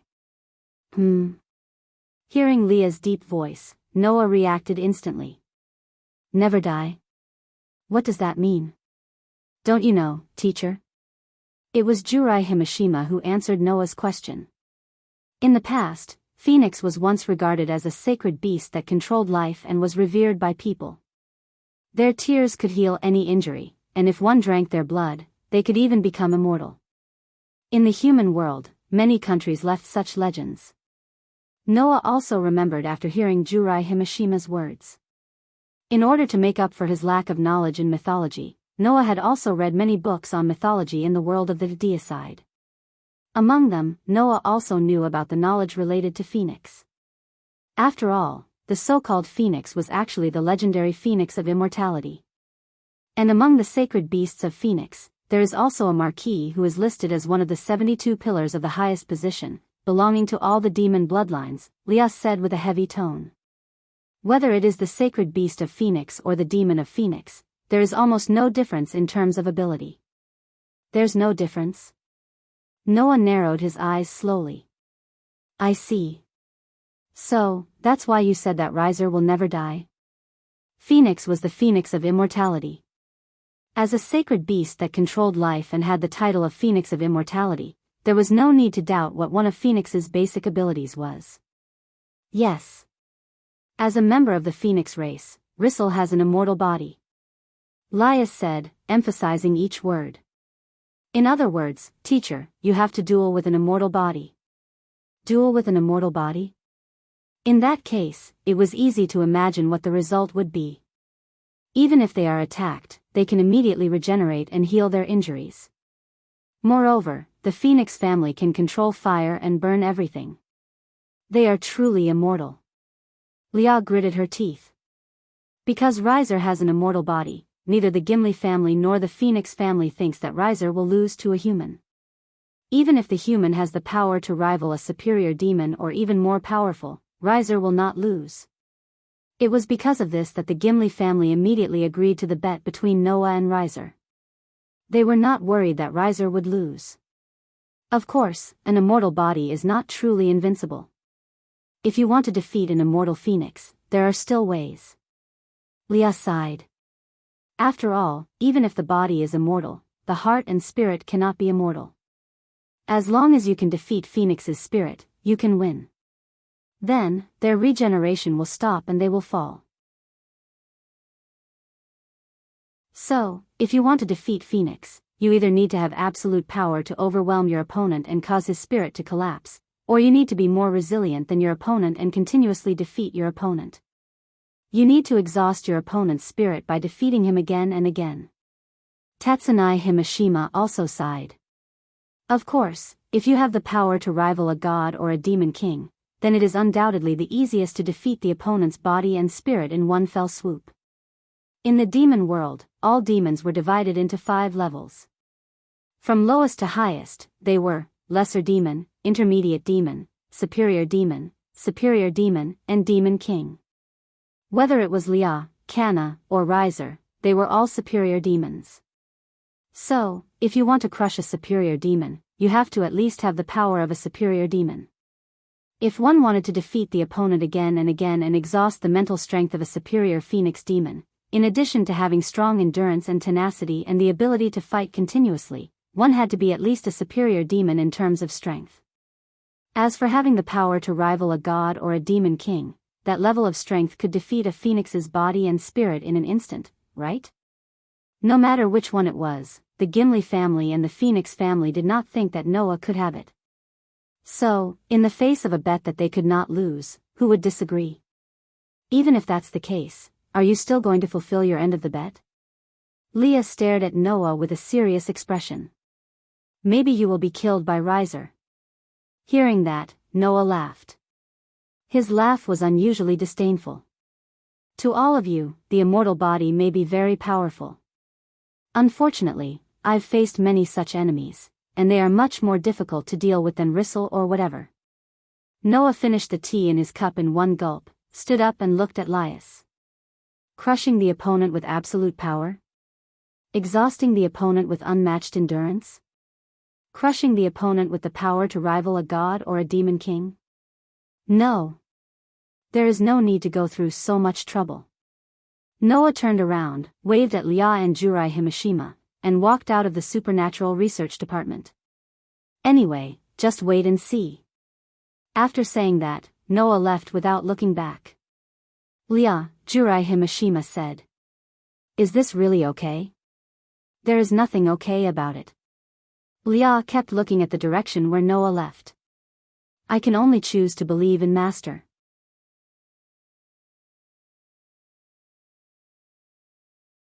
Chapter 606. Gulifia and Riesel came to the Supernatural Research Department in the morning to look for Liesel.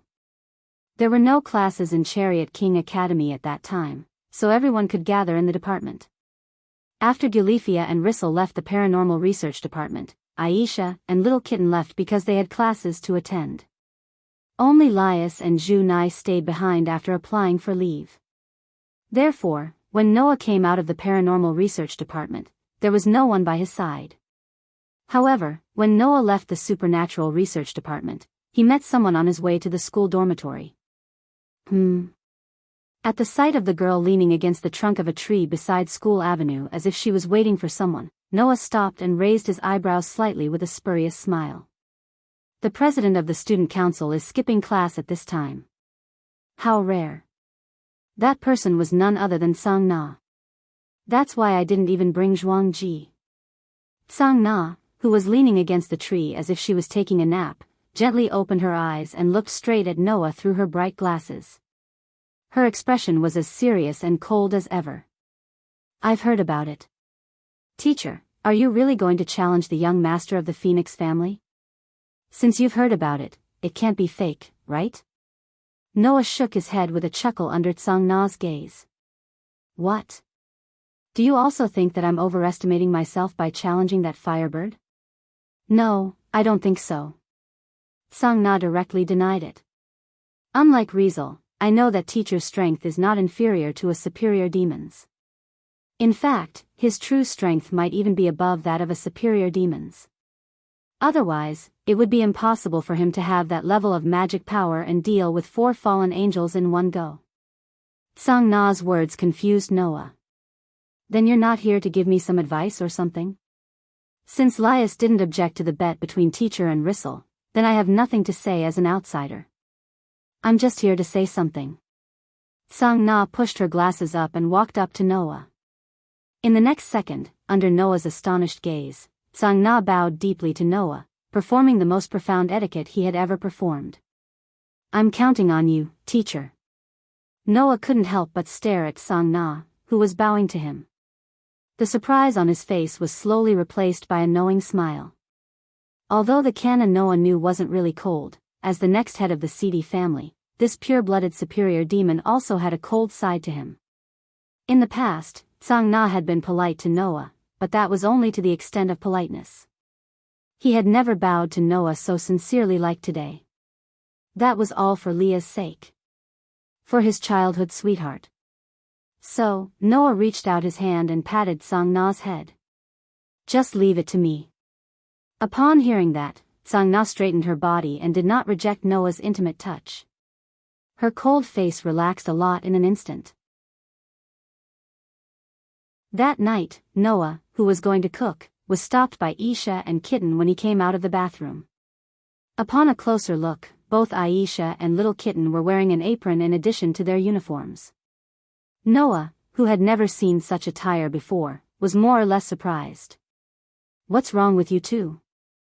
Aisha and little Kitten looked at each other, nodded firmly, and each grabbed one of Noah's hands. Teacher, please come over here. Then, Aisha and little Kitten dragged Noah to the small round table in the room and sat down. It was only then that Noah noticed. The table was filled with dishes.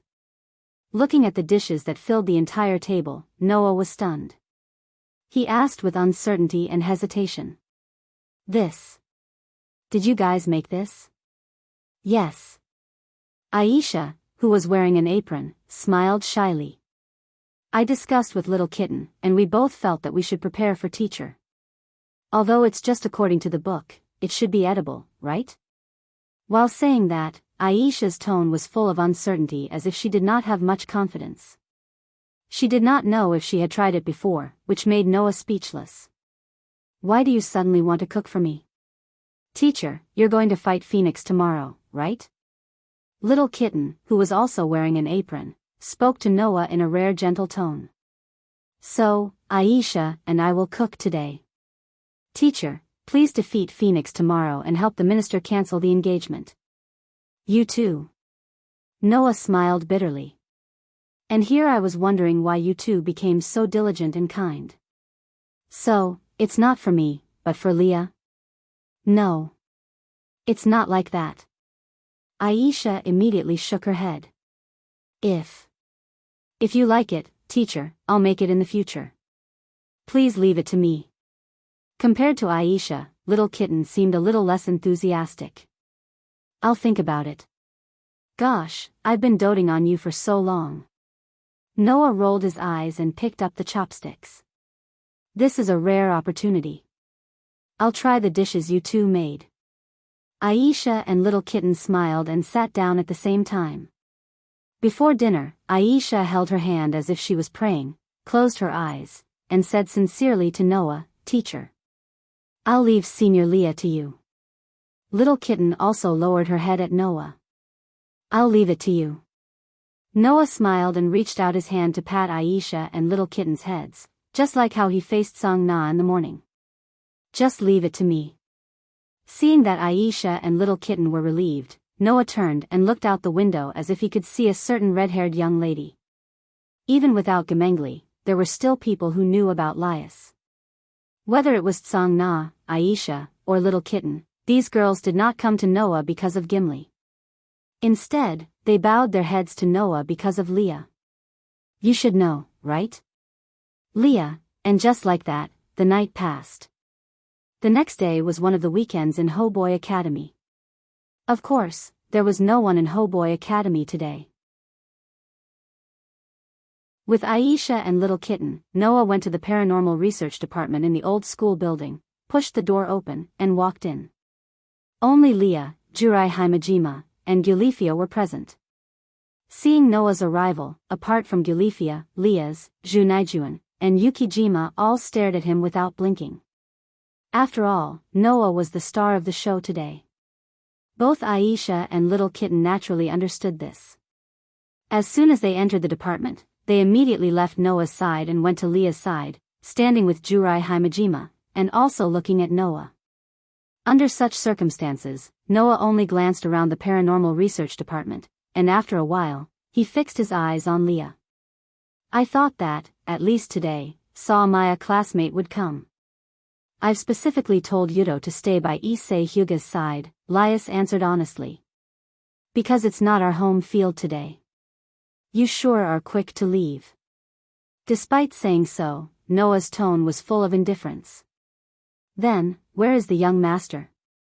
Gilifia immediately stepped forward as if she had grasped the right moment. Lord Rissel has already gone to another dimension to prepare. Another dimension? Noah's heart skipped a beat, and he turned to Gilifia. What dimension? The arena provided for Lord Noah and Lord Rissel's duel is a replica of Kuma Academy, Gilifia explained matter-of-factly. In that space, no matter what Lord Noah and Lord Riser do, it won't affect the real world. Moreover, the Jamonli family, the Phoenix family, and other families who are interested in this duel can watch the duel in the alternate space from the demon realm. There is no place more suitable for a duel than an alternate space. Is that so? Noah said in awe. Even an alternate dimension can be used. As expected of the demon realm that can stand against the celestial realm and the fallen realm. Then, please move to the alternate dimension, Lord Noah. Gilifia turned her body to the side, allowing Noah to see what was behind her. Amidst the sound of space vibrating, a magic circle that was slowly spinning on the ground suddenly expanded and appeared before Noah. Gilifia pointed at the magic circle and gave her final explanation. With this magic circle, you can move to the duel area in one go. Lord Rissel is waiting for Lord Noah's arrival there. Noah smiled at Gilifia's explanation. He didn't say anything and simply walked toward the magic circle. Teacher. Liaz, Jurai Himashima, Aisha, and Kitten called out at the same time. Please be careful. Noah's footsteps paused imperceptibly, but he quickly recovered. He waved at the girls behind him and stood on the magic circle. Clang! Before everyone's eyes, the slowly rotating magic array released a radiance that enveloped Noah. Noah's body then transformed into a burst of starlight as he entered the magic array's center and disappeared. Aisha clasped her hands in front of her chest and began to pray. Junai and Kitten just stared in the direction of the magic array and remained silent. Only Lias had one of her hands in front of her, and there was no telling what she was thinking.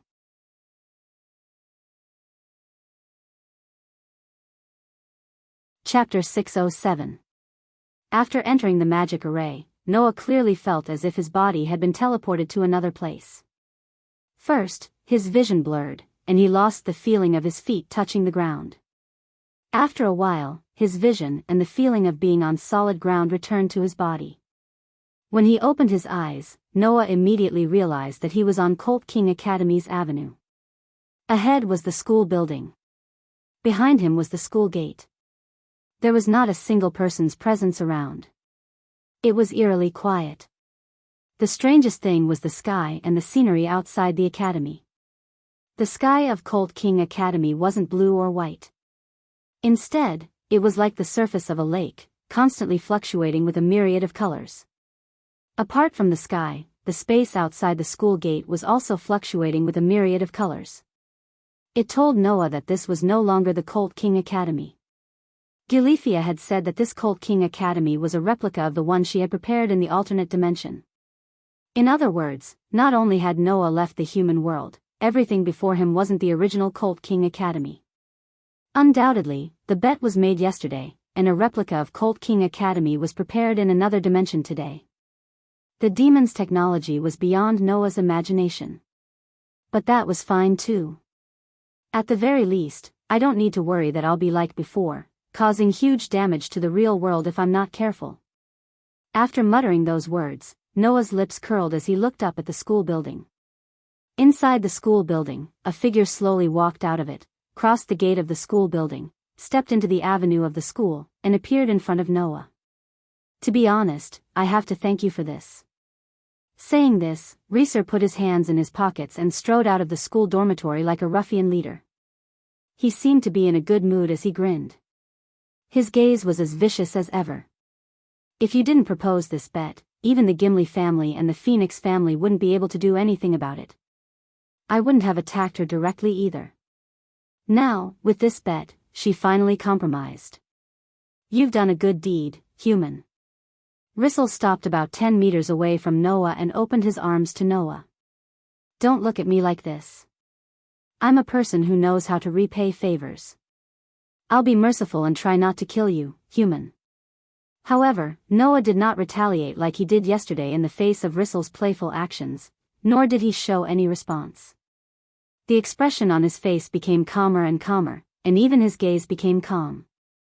His entire body emitted a tranquil aura. This appearance made Rissel's playful actions seem to have hit thin air. He did not use any strength at all. His originally good mood instantly turned bad, causing him to click his tongue. I'd like to see how long you can keep up this pretense. At this point, Rissel seemed to have thought of a good idea and suddenly smiled. Oh right, this is a rare opportunity. I'll introduce my servants to you. After saying that, Rissel extended his hand and snapped his fingers. Bang! A burst of surging flames immediately erupted from behind Rissel. Like a whirlpool, it spread in all directions and instantly covered the entire space behind Rissel.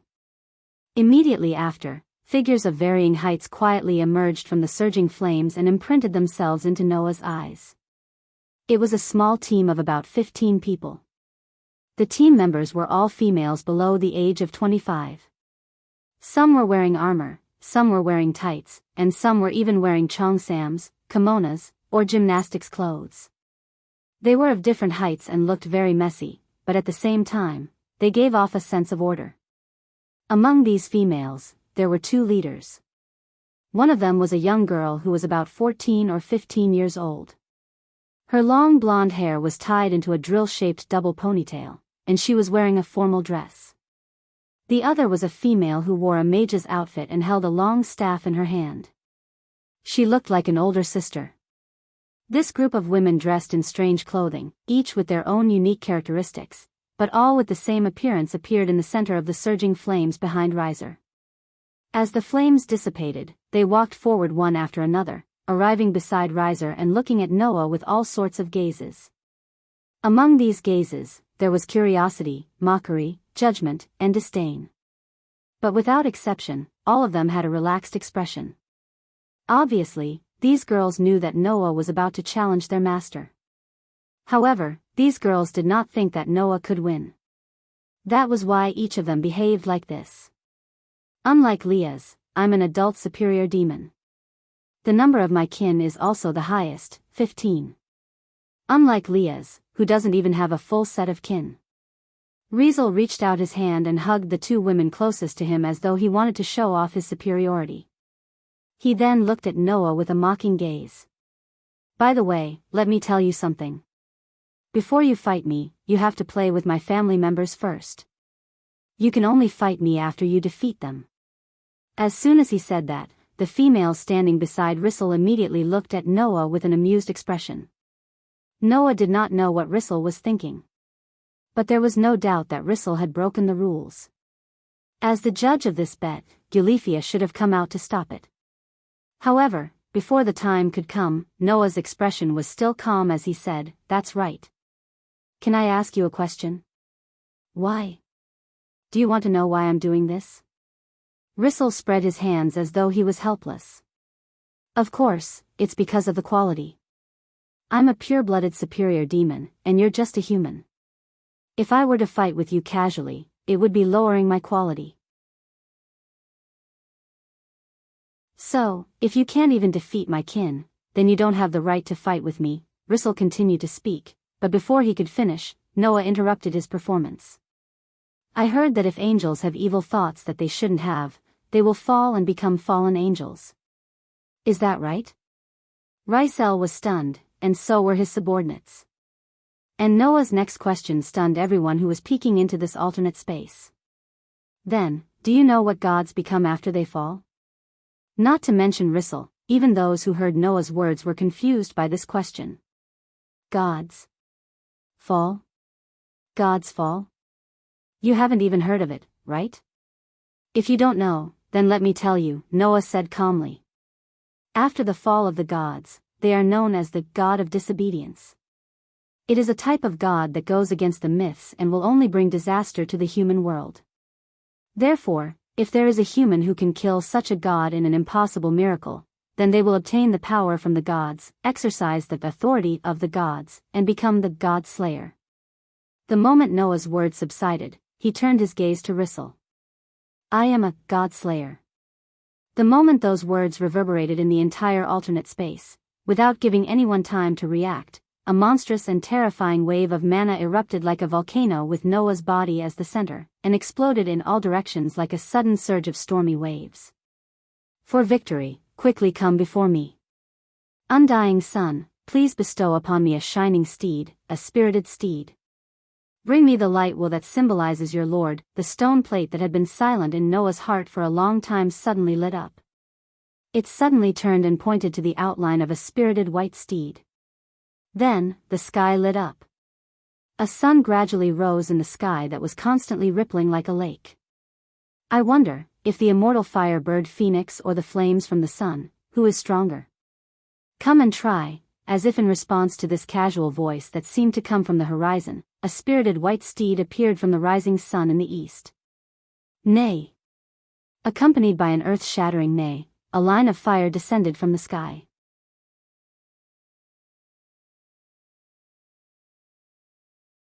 Chapter 608. Neigh. The neighing of the horses seemed to originate from the center of the entire space, reverberating like sound waves in every corner of the alternate space and entering the hearts of those who were peeking at the situation in the alternate space. Under the rising sun in the murky sky, a white horse carrying a monstrous golden flame silently streaked across the void and descended from the sky. Wherever it passed, the entire space became turbulent. Even the temperature in the air suddenly soared up, like a line of fire descending. In just 2 or 3 seconds, the white horse with its monstrous golden flames had reduced the distance between the sun in the sky and Full King Academy on the ground to 0. Then, it landed in Full King Academy like a meteor. Boom! A completely uncontrollable and earth-shattering explosion erupted in the entire alternate space. Kaboom! Terrifying golden flames spread out from the center of the Full King Academy as if they were about to destroy the heavens and the earth. Ripples spread through the entire alternate dimension as they spread out in all directions. Boom! Before the terrifying flames could reach them, the largest building in Full King Academy exploded into pieces under the impact of the ripples in the dimension. Whoosh! The monstrous flames of the sun exploded in Full King Academy like a wave of fire, engulfing the entire dimension and covering the entire academy. In an instant, the temperature of the world rose to a terrifying level. Sizzle! Amidst the bone-chilling sounds of melting, the buildings in Full King Academy melted like butter under the scorching heat of the sun at a speed visible to the naked eye. Those who weren't in this strange space couldn't imagine how high the temperature here was. However, Gilifia did mention that anyone who was interested in the duel would be able to see the scene in the form of a spectator. Hence, be it Lias, Aisha, Jurai Himashima, and Kitten who were watching the duel in the supernatural research department in the real world or the nobles in the underworld who saw everything that happened in the alternate dimension, all of them were staring at the academy that was engulfed by the sun's flames, their faces filled with shock. In that instant, a sense of fear began to spread from the depths of the hearts of everyone who saw this scene. Meanwhile, in the Full King Academy in the other dimension, the golden flames were still surging violently in ripples. With Full King Academy as the center, the flames kept burning everything in the area, causing devastating damage to all the buildings. In such a hellish scene, Noah's body was also covered by the golden flames from the sun, but he was not burned like the surrounding environment. Instead, he seemed to be embraced. His clothes fluttered as though they were blown by the wind, and he was unscathed. Looking at the scene before him that was also covered in flames, Noah raised an eyebrow. Only to see, the subordinates of Riser, who were supposed to be standing together in an imposing manner, were all slumped to the ground, their bodies covered in scorch marks. Their miserable and pathetic appearances no longer had any of their previous smugness and arrogance. Not far in front of these dependents, Riser's suit had almost been burned to ashes, leaving only tattered pieces of cloth. His face was pale and distorted. That was because the golden flames from the sun and the red flames from his body were burning at the same time on Rissel's body, clashing with each other as if they were fighting for territory. Under such circumstances, Rissel felt as though he was being burned by 2 different types of flames as he let out miserable shrieks. Ouch! Ouch! Ouch! Ouch! With such a mournful scream, Riser frantically fled back and forth like a man on fire. Sometimes he would lie on the ground and constantly twist his body. Sometimes he would hold his head and scream in pain. The skin on his body had long been burned to the point of collapse, revealing the flesh underneath. It was incomparably terrifying. Leah said that to defeat an immortal like Phoenix, one would have to rely on absolute power to crush him, and another would have to rely on extreme endurance to wear him down over and over again. Otherwise, one would have to directly crush his opponent's body and mind with the power of a god or demon king. In fact, there was no need to go through all that trouble. Take Noah for example. He had 3 ways to defeat Phoenix directly. 1. One of the 3 major spells of the fairy tale. It can directly destroy the target's mind. It is a super spell known as a super trial spell, fairy law. As long as Noah used fairy law, this super spell that could directly target the opponent's spirit would instantly crush Phoenix. No matter how powerful his immortal body was, it would be useless. 2. Using one of the powers of the 10 Incarnations warrior. Noah already had a good understanding of Phoenix. The golden sword that could only be used in warrior form could be unsheathed at any time. As long as Noah used the sword that was specifically used against Phoenix, he could seal Phoenix's immortal body and kill him directly. 3. Using a power that could continuously maintain the effect of the attack on Phoenix. For example, curses, poisons, weakness, corrosion, and other attacks could continuously affect the opponent's body. Even if Phoenix's immortal body was activated, it could still continue to cause damage to the opponent and make him experience unimaginable pain until he collapsed. Now, Noah was using the 3rd method. Even if Rissel's body could regenerate, so what? As long as the flames of the white horse did not dissipate and kept burning, the consequences would be obvious just by looking at Rissel's face. Ah. It hurts. It hurts. Rissel was already lying on the ground, rolling back and forth as he tried to extinguish the flames on his body. All the flames that belonged to Phoenix were also burning on his body, as if he was trying to expel the flames of the white horse.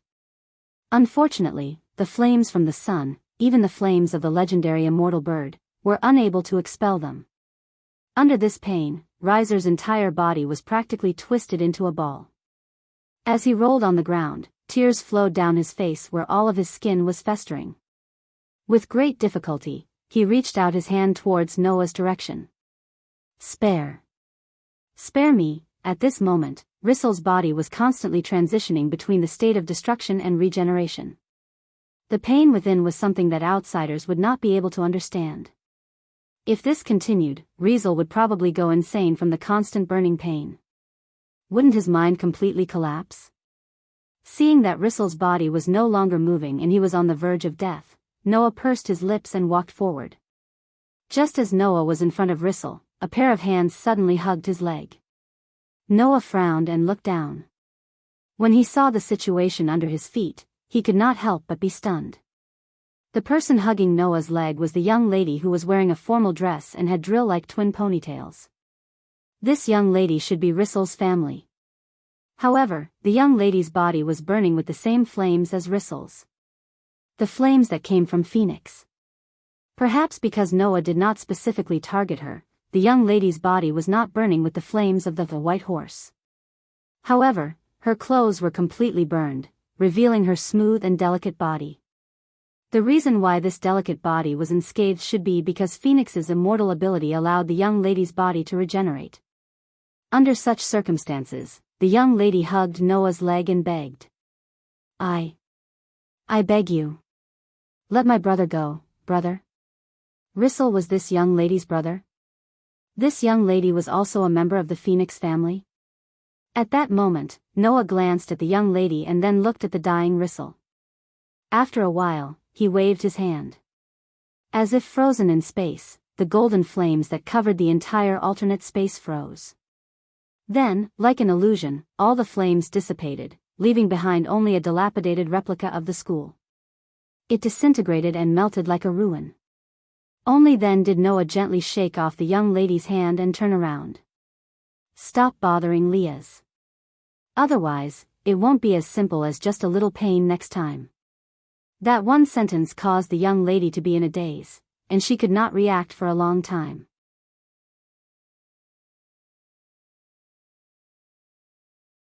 Chapter 609.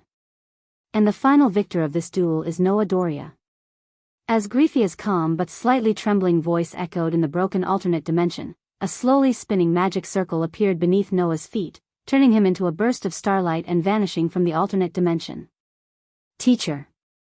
Before he could open his eyes, Noah heard the surprised cries of a group of girls. Immediately, Aisha rushed in front of Noah for the first time, tightly holding Noah's hand, and said with a face full of excitement. Amazing. Teacher is amazing. It was not just Aisha. Even Junai and Kitten were looking at Noah with a hint of excitement. There was disbelief in their eyes that had yet to fade, and the way they looked at Noah had completely changed. Clearly, apart from the naive Aisha, everyone else was utterly shocked by Noah's power. Riyaz stared straight at Noah and let out a bitter laugh in front of everyone. I knew you were hiding something, but I didn't expect you to hide it so well. Godslayer, is that real or fake? What? You don't want to believe it? Noah had already expected Riyaz's reaction and smiled nonchalantly. Since there is the Longness, a sacred gear, that allows ordinary humans to gain the power to fight against gods and demons, then it shouldn't be strange for there to be a God-slayer like me, right? No. Even if the divine gear can give its user the power to fight against gods and demons, or even kill them, if the user can't develop the divine gear's power, it's just a treasure in vain. Riyaz shook her head. However, Teacher is a God-slayer who truly possesses the power to kill gods and demon kings. I believe that in the near future, Teacher will become a figure that demons, angels, and fallen angels will not be able to ignore, right? Apart from the Paranormal Research Department, there were many who were watching the duel between Noah and Rissel from other places. At the very least, the Jamanli family and the Phoenix family were watching. And now, Noah's identity as a God-slayer had been exposed. A human who could kill gods and usurp their power. News of such an existence would spread to the three factions of demons, angels, and fallen angels sooner or later. That was why only Riyaz and the others knew what kind of commotion this man would cause to the three factions in the future. Noah, of course, knew what kind of commotion he would cause if he revealed his true power. That was why Noah chose to use his authority, without hesitation, to defeat Rissel in one fell swoop and show his strength. In this way, even if the Jamanli family and the Phoenix family had any resentment towards Noah for ruining the marriage between the two families, they would have to consider whether they had enough power to cause trouble for Noah. Noah did not want to have any more flies in his life in the future. This method was killing two birds with one stone. Immediately, Noah turned his gaze to Isha, who was holding his hand tightly, and after hesitating for a moment, he asked, "Does Isha think it's okay to stay with a God-slayer like me?" Everyone, including Isha, was taken aback by Noah's words. However, they quickly regained their senses. Isha was a nun who had an extremely devout faith in the so-called gods. After knowing that Noah was a God-slayer, it was hard to guarantee that she would dislike Noah. That was the only thing Noah was worried about. Yes. Yes, Sensei is a God-slayer, a sinner who killed a god. Isha seemed to have only just realized what was going on. After panicking for a while, she smiled in confusion. It's okay, Sensei. Even if Sensei has heretical powers and became a sinner who killed a god, the Lord will still forgive a kind-hearted Sensei. Hearing this, not to mention Noah, even Liaz, Himashima Jurai, Kitten, and the others became a little powerless. However, this wasn't anything strange. After all, Isha was more kind-hearted than anyone else. Even if the entire church viewed her as a hateful witch and banished her, and even a fallen angel like Linari had designs on her, she wouldn't resent anyone. To Isha, Noah was like a sinner who had committed a sin. As long as she prayed sincerely, she would definitely be forgiven and redeemed, right? Seriously, I have to hand it to this girl. Asterisk clang. Asterisk at this moment, the magic circle carved on the ground in the supernatural research department suddenly bloomed with a blinding light and began to spin. Seeing this, Liaz, Himashima Jurai, and Kitten tensed up. Isha, on the other hand, instinctively hid behind Noah. She did not have any intention of rejecting Noah at all. As for Noah, his eyes slowly focused as he looked at the spinning magic circle. This was because an unfathomable aura was gradually appearing in the center of the circle. That aura was already comparable to the average God Slayer and God of Disobedience. No. It might even be stronger than the average God Slayer and God of Disobedience. It was almost at the level of veteran God Slayers and God of Disobedience like Luo Hao and Warban. Moreover, that was not the limit. It was clearly holding back. Noah's heart was immediately stirred. He focused all his attention and stared at the magic circle. There, two figures appeared in the light of the magic circle. One of them was Gilifia. In front of Gilifia, a man with shoulder-length red hair looked up and met Noah's eyes. The unfathomable aura that Noah sensed came from the red-haired man in front of him.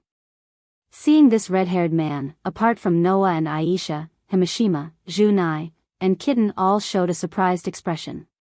Even Leo was shocked and cried out. Brother? Big brother? Noah was stunned for a moment, and then he remembered. If the man in front of him was Leah's brother, then his identity was obvious. Because Leah's was the sister of the demon king Lucifer. In other words, the man in front of him was the current demon king Sarzax Lucifer. Yo, Leah's. Sarzax greeted her with a smile. Long time no see. Looks like you've suffered a lot. Who's to blame for that? Leah's glared at Sarzax angrily. If father and brother didn't make that engagement without permission, I wouldn't have suffered so much. Well, I admit that both father and I were too impatient. But there's nothing we can do about it. Who told us to save so few heirs? Sarzax did not have the majesty of a demon king at all. Instead, he was like a big brother next door as he shrugged at Leah's. But it's useless to say so much now. Your engagement can't be fulfilled, can it? Leah's tilted her head at Sarzax's words. Then, she seemed to have thought of something as her expression brightened. The family has agreed to my engagement with Rissel? What can they do if they don't? Everyone knows about the bet for this duel, don't they? Sarzax smiled bitterly and turned to meet Noah's gaze again, his eyes narrowing. You've even asked for the help of a being who killed a god. Anyone who doesn't agree to your engagement would probably have to worry if this god-slayer would come knocking on their door, right? Hearing that, everyone understood why Sarzax had come here specifically. Clearly, Sarzax had come for Noah, the god-slayer. You're the current demon king Lucifer, aren't you? Noah looked straight at Sarzax and smiled indifferently. I've heard a lot about you. It's just my duty. I'm not that famous. Sarzax shook his head with a soft smile. On the other hand, it's you who have such amazing power and battle records. It's really rude that we've never even heard of you before. It's my honor to be praised by your highness, Noah said perfunctorily, and then went straight to the point. Your highness, you must have come here specifically for me, right? Yes. Sarzax nodded quickly. Then, he said something like this. I just wanted to ask, when do you plan to marry Leah's?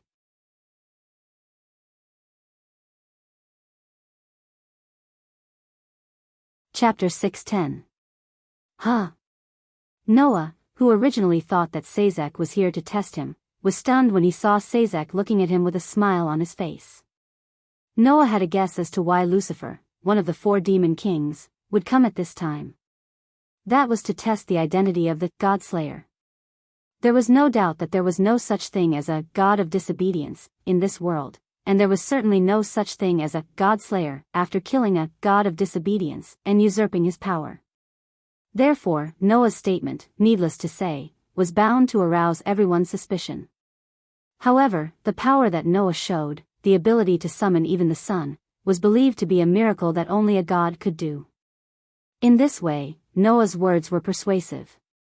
Noah had long expected that those who doubted his identity as a God-slayer, or whether Noah had really killed a god, would come to Noah by all means to test him and find out the truth. Noah thought that Sazek had come for this. Who knew that as soon as he appeared, he would say something that left Noah at a loss for words. Wed. Wed? Leah's was also stunned. Isha let out a series of confused sounds. Era. Jurai Himashima held one side of her face and smiled with great interest. As for Kitten, she was also stunned for a moment. She looked at Noah with a trace of blame in her eyes. Huh? Sazek, who did not understand why everyone was behaving like this, tilted his head. What? Is there a problem with what I said? There is a big problem. Noah finally reacted. He no longer had his initial wariness of Sazek's unfathomable strength and purpose of coming here. Only suspicion was left. Why did it suddenly become that I need to marry Leah's? That's right, brother. Leah's also reacted. After glancing at Noah, she frowned and looked at Sazek with a displeased expression. Don't tell me, brother, you're going to make me marry my mentor without permission this time? This time, it was Sazek's turn to be stunned. But, Leah's, didn't you already agree? I agree. Once again, Leah's was shocked. When did I agree? But Gulifia said that you didn't object to His Excellency Noah's bet with Rizzle, right? Sazek scratched his head. Isn't that proof that you've already agreed? What do you mean by that? Noah, who was even more puzzled, asked. Why does Riaz agreeing to my bet with Rizzle mean that she's agreeing to marry me? Why do you think? Sazek opened his mouth blankly, and said something that no one could refute. Weren't you the one who made the bet that if you won against Rizzle, Rizzle's fiancé would be yours? The entire place fell silent. Because you're unhappy that your lover is engaged to someone else, you made the bet with Rizzle as a human. You also decided that the winner would get Leah's, and Leah's herself didn't object to the bet. Sazek blinked and said with a half-smile. That's something that every noble who knows about Leah's engagement knows about, isn't it? Not only was it not. That was a huge misunderstanding. Noah said that just to provoke Rizzle and get him to agree to his bet and help Leah's solve the problem.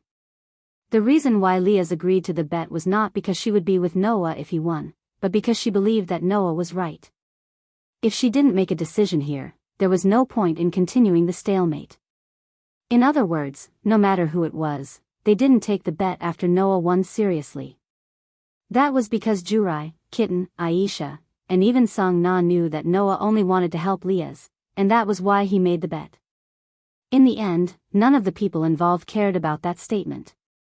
Instead, it was the bystanders who took it seriously, and even came up with a ridiculous reason for the bet. At first, we didn't think that a human would win against the immortal phoenix, which was why we agreed to the bet in a hurry. Now that His Excellency Noah has won, and so many people have witnessed it, we naturally have to fulfill the bet. Sazak must have realized that it was a misunderstanding from the reaction of Noah and the others. However, Sazak had no intention of resolving the misunderstanding at all. He just kept smiling. Although it's a pity that the opponent isn't a pure-blooded demon, we didn't come for the pure-blooded demon's offspring in the first place. We just hope that the Gimli family can have a new generation, so it doesn't matter. Not to mention, even if His Excellency Noah is just a human, he is a God-slayer himself.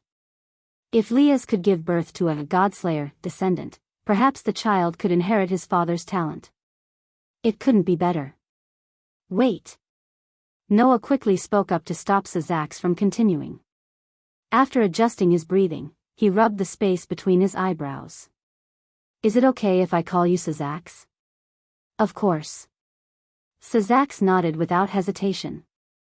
Although your class is a demon king, you are also someone who can slay gods. There's no need to hesitate. Just call me by my name. Well, Sazak, I know it's useless to explain anything now. After all, I did mention such a bet, but please allow me to apologize because I have a serious problem on my side. Noah bluntly gave the most convincing reason. let's not talk about other things first. I already have fiancés, and 2 of them. A single sentence from Kieran sent the whole paranormal research department into silence again. Liaz, who knew beforehand that Noah had 2 fiancés, did not think much of it. However, Jurai Himajima, Aisha, Kitten, and the others could not help but become restless. Teacher. Teacher Noah. Tears welled up in Aisha's eyes as she looked at Noah, as if her beloved family member had been snatched away from her. You already have 2 fiancés? Era. Jurai Himajima pursed her lips, smiling delightfully yet reservedly. I didn't expect you to have 2 fiancés, sensei. I've underestimated you. So, you're that kind of person. Kitten spat at Noah with a look of disdain. So lame, even though I already knew about it, I still find it weird when I hear it again. Leah sighed and rolled her eyes. Sensei, you're too unprincipled. The girl's words were like daggers stabbing into Noah's heart. Noah's face fell, and he forced himself to remain calm. Anyway, I already have a fiancé. My engagement with Leah shouldn't be valid anymore, right? Sazax and Gulifia looked at each other, before turning their puzzled gazes at Noah. Well, since you already have 2 fiancés, it shouldn't be a problem to have 1 more, right? You really think that's fine? Before the others could react to Sazax's words, Noah could not help raising his voice. Your sister is the apple of the Gimli family's eye, the next head of the family, the true ruler of the nobles. Are you really willing to let her marry a man with a wife just for a descendant? A man should have more wives if he has the ability. That shouldn't be a problem, right? Sazax replied. Moreover, so many nobles have witnessed the entire process of your bet. How could it be cancelled just because you have a fiancé? No. That's not right, is it? Usually, shouldn't it be cancelled because you have a fiancé? Liaz, we can't let you go back on your word this time. Sazax looked directly at Liaz and said with a smile. If you go back on your word, we'll have to let you marry Rizzle. I don't want to. She answered almost instinctively without even thinking about it. Instead of marrying Rizzle, I'd rather marry Sensei Noah. Sazax laughed at that. Noah covered his face, unable to watch anymore.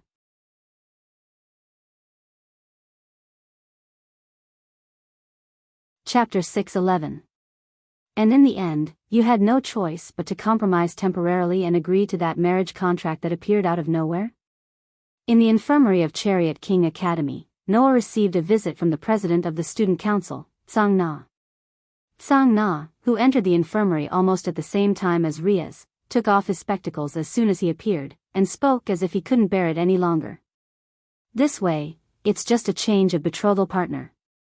You didn't even get rid of the Gimli's request, did you, Riaz? Riaz, who was leaning against the wall, sighed loudly and couldn't help but complain.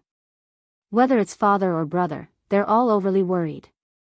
Doesn't this make it seem like I can't get married? I've never met your father, but your brother really looks like he can't wait to marry you off. Noah, who was sitting at the desk, rested his face on one hand and rolled his eyes at Riaz. I've seen people who are anxious to have grandchildren, but never to this extent. Is your family's situation really that bad, Riaz? The reason why the Gemengli family was so anxious to marry Liaz off wasn't because they didn't love her.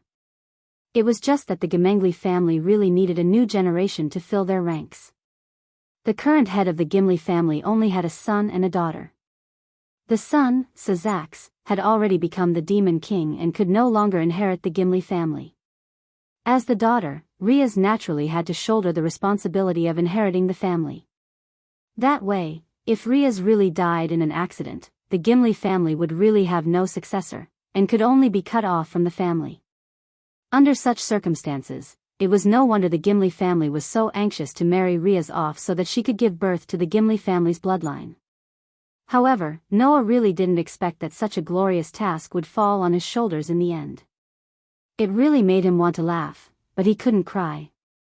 He almost broke down. Riaz naturally understood that Noah's heart was actually breaking down, and that made her sigh loudly again. Actually, brother, Sazak's Lucifer already has a son. Father is planning to make him the next head of the Gimli family. Noah couldn't help but be stunned when he heard this, and he spoke with bewilderment. If that's the case, why are you in such a hurry to have another child? Even with the presence of Lord Sazak's son, the Gimli family's situation didn't improve much. Be it Leah's or Lord Sazak's son, it would be a huge blow to the Gimli family if anything were to happen to either of them. Kanna put on her spectacles that she had just finished wiping and glanced at Leah's. Moreover, among the demons, there seems to be a group of supporters who intend to support Lord Sazak's son to be the next Lucifer. If Lord Sazak steps down before his son inherits the Gimli family, then his son should become the next Lucifer. That way, he wouldn't be able to inherit the Gimli family, right?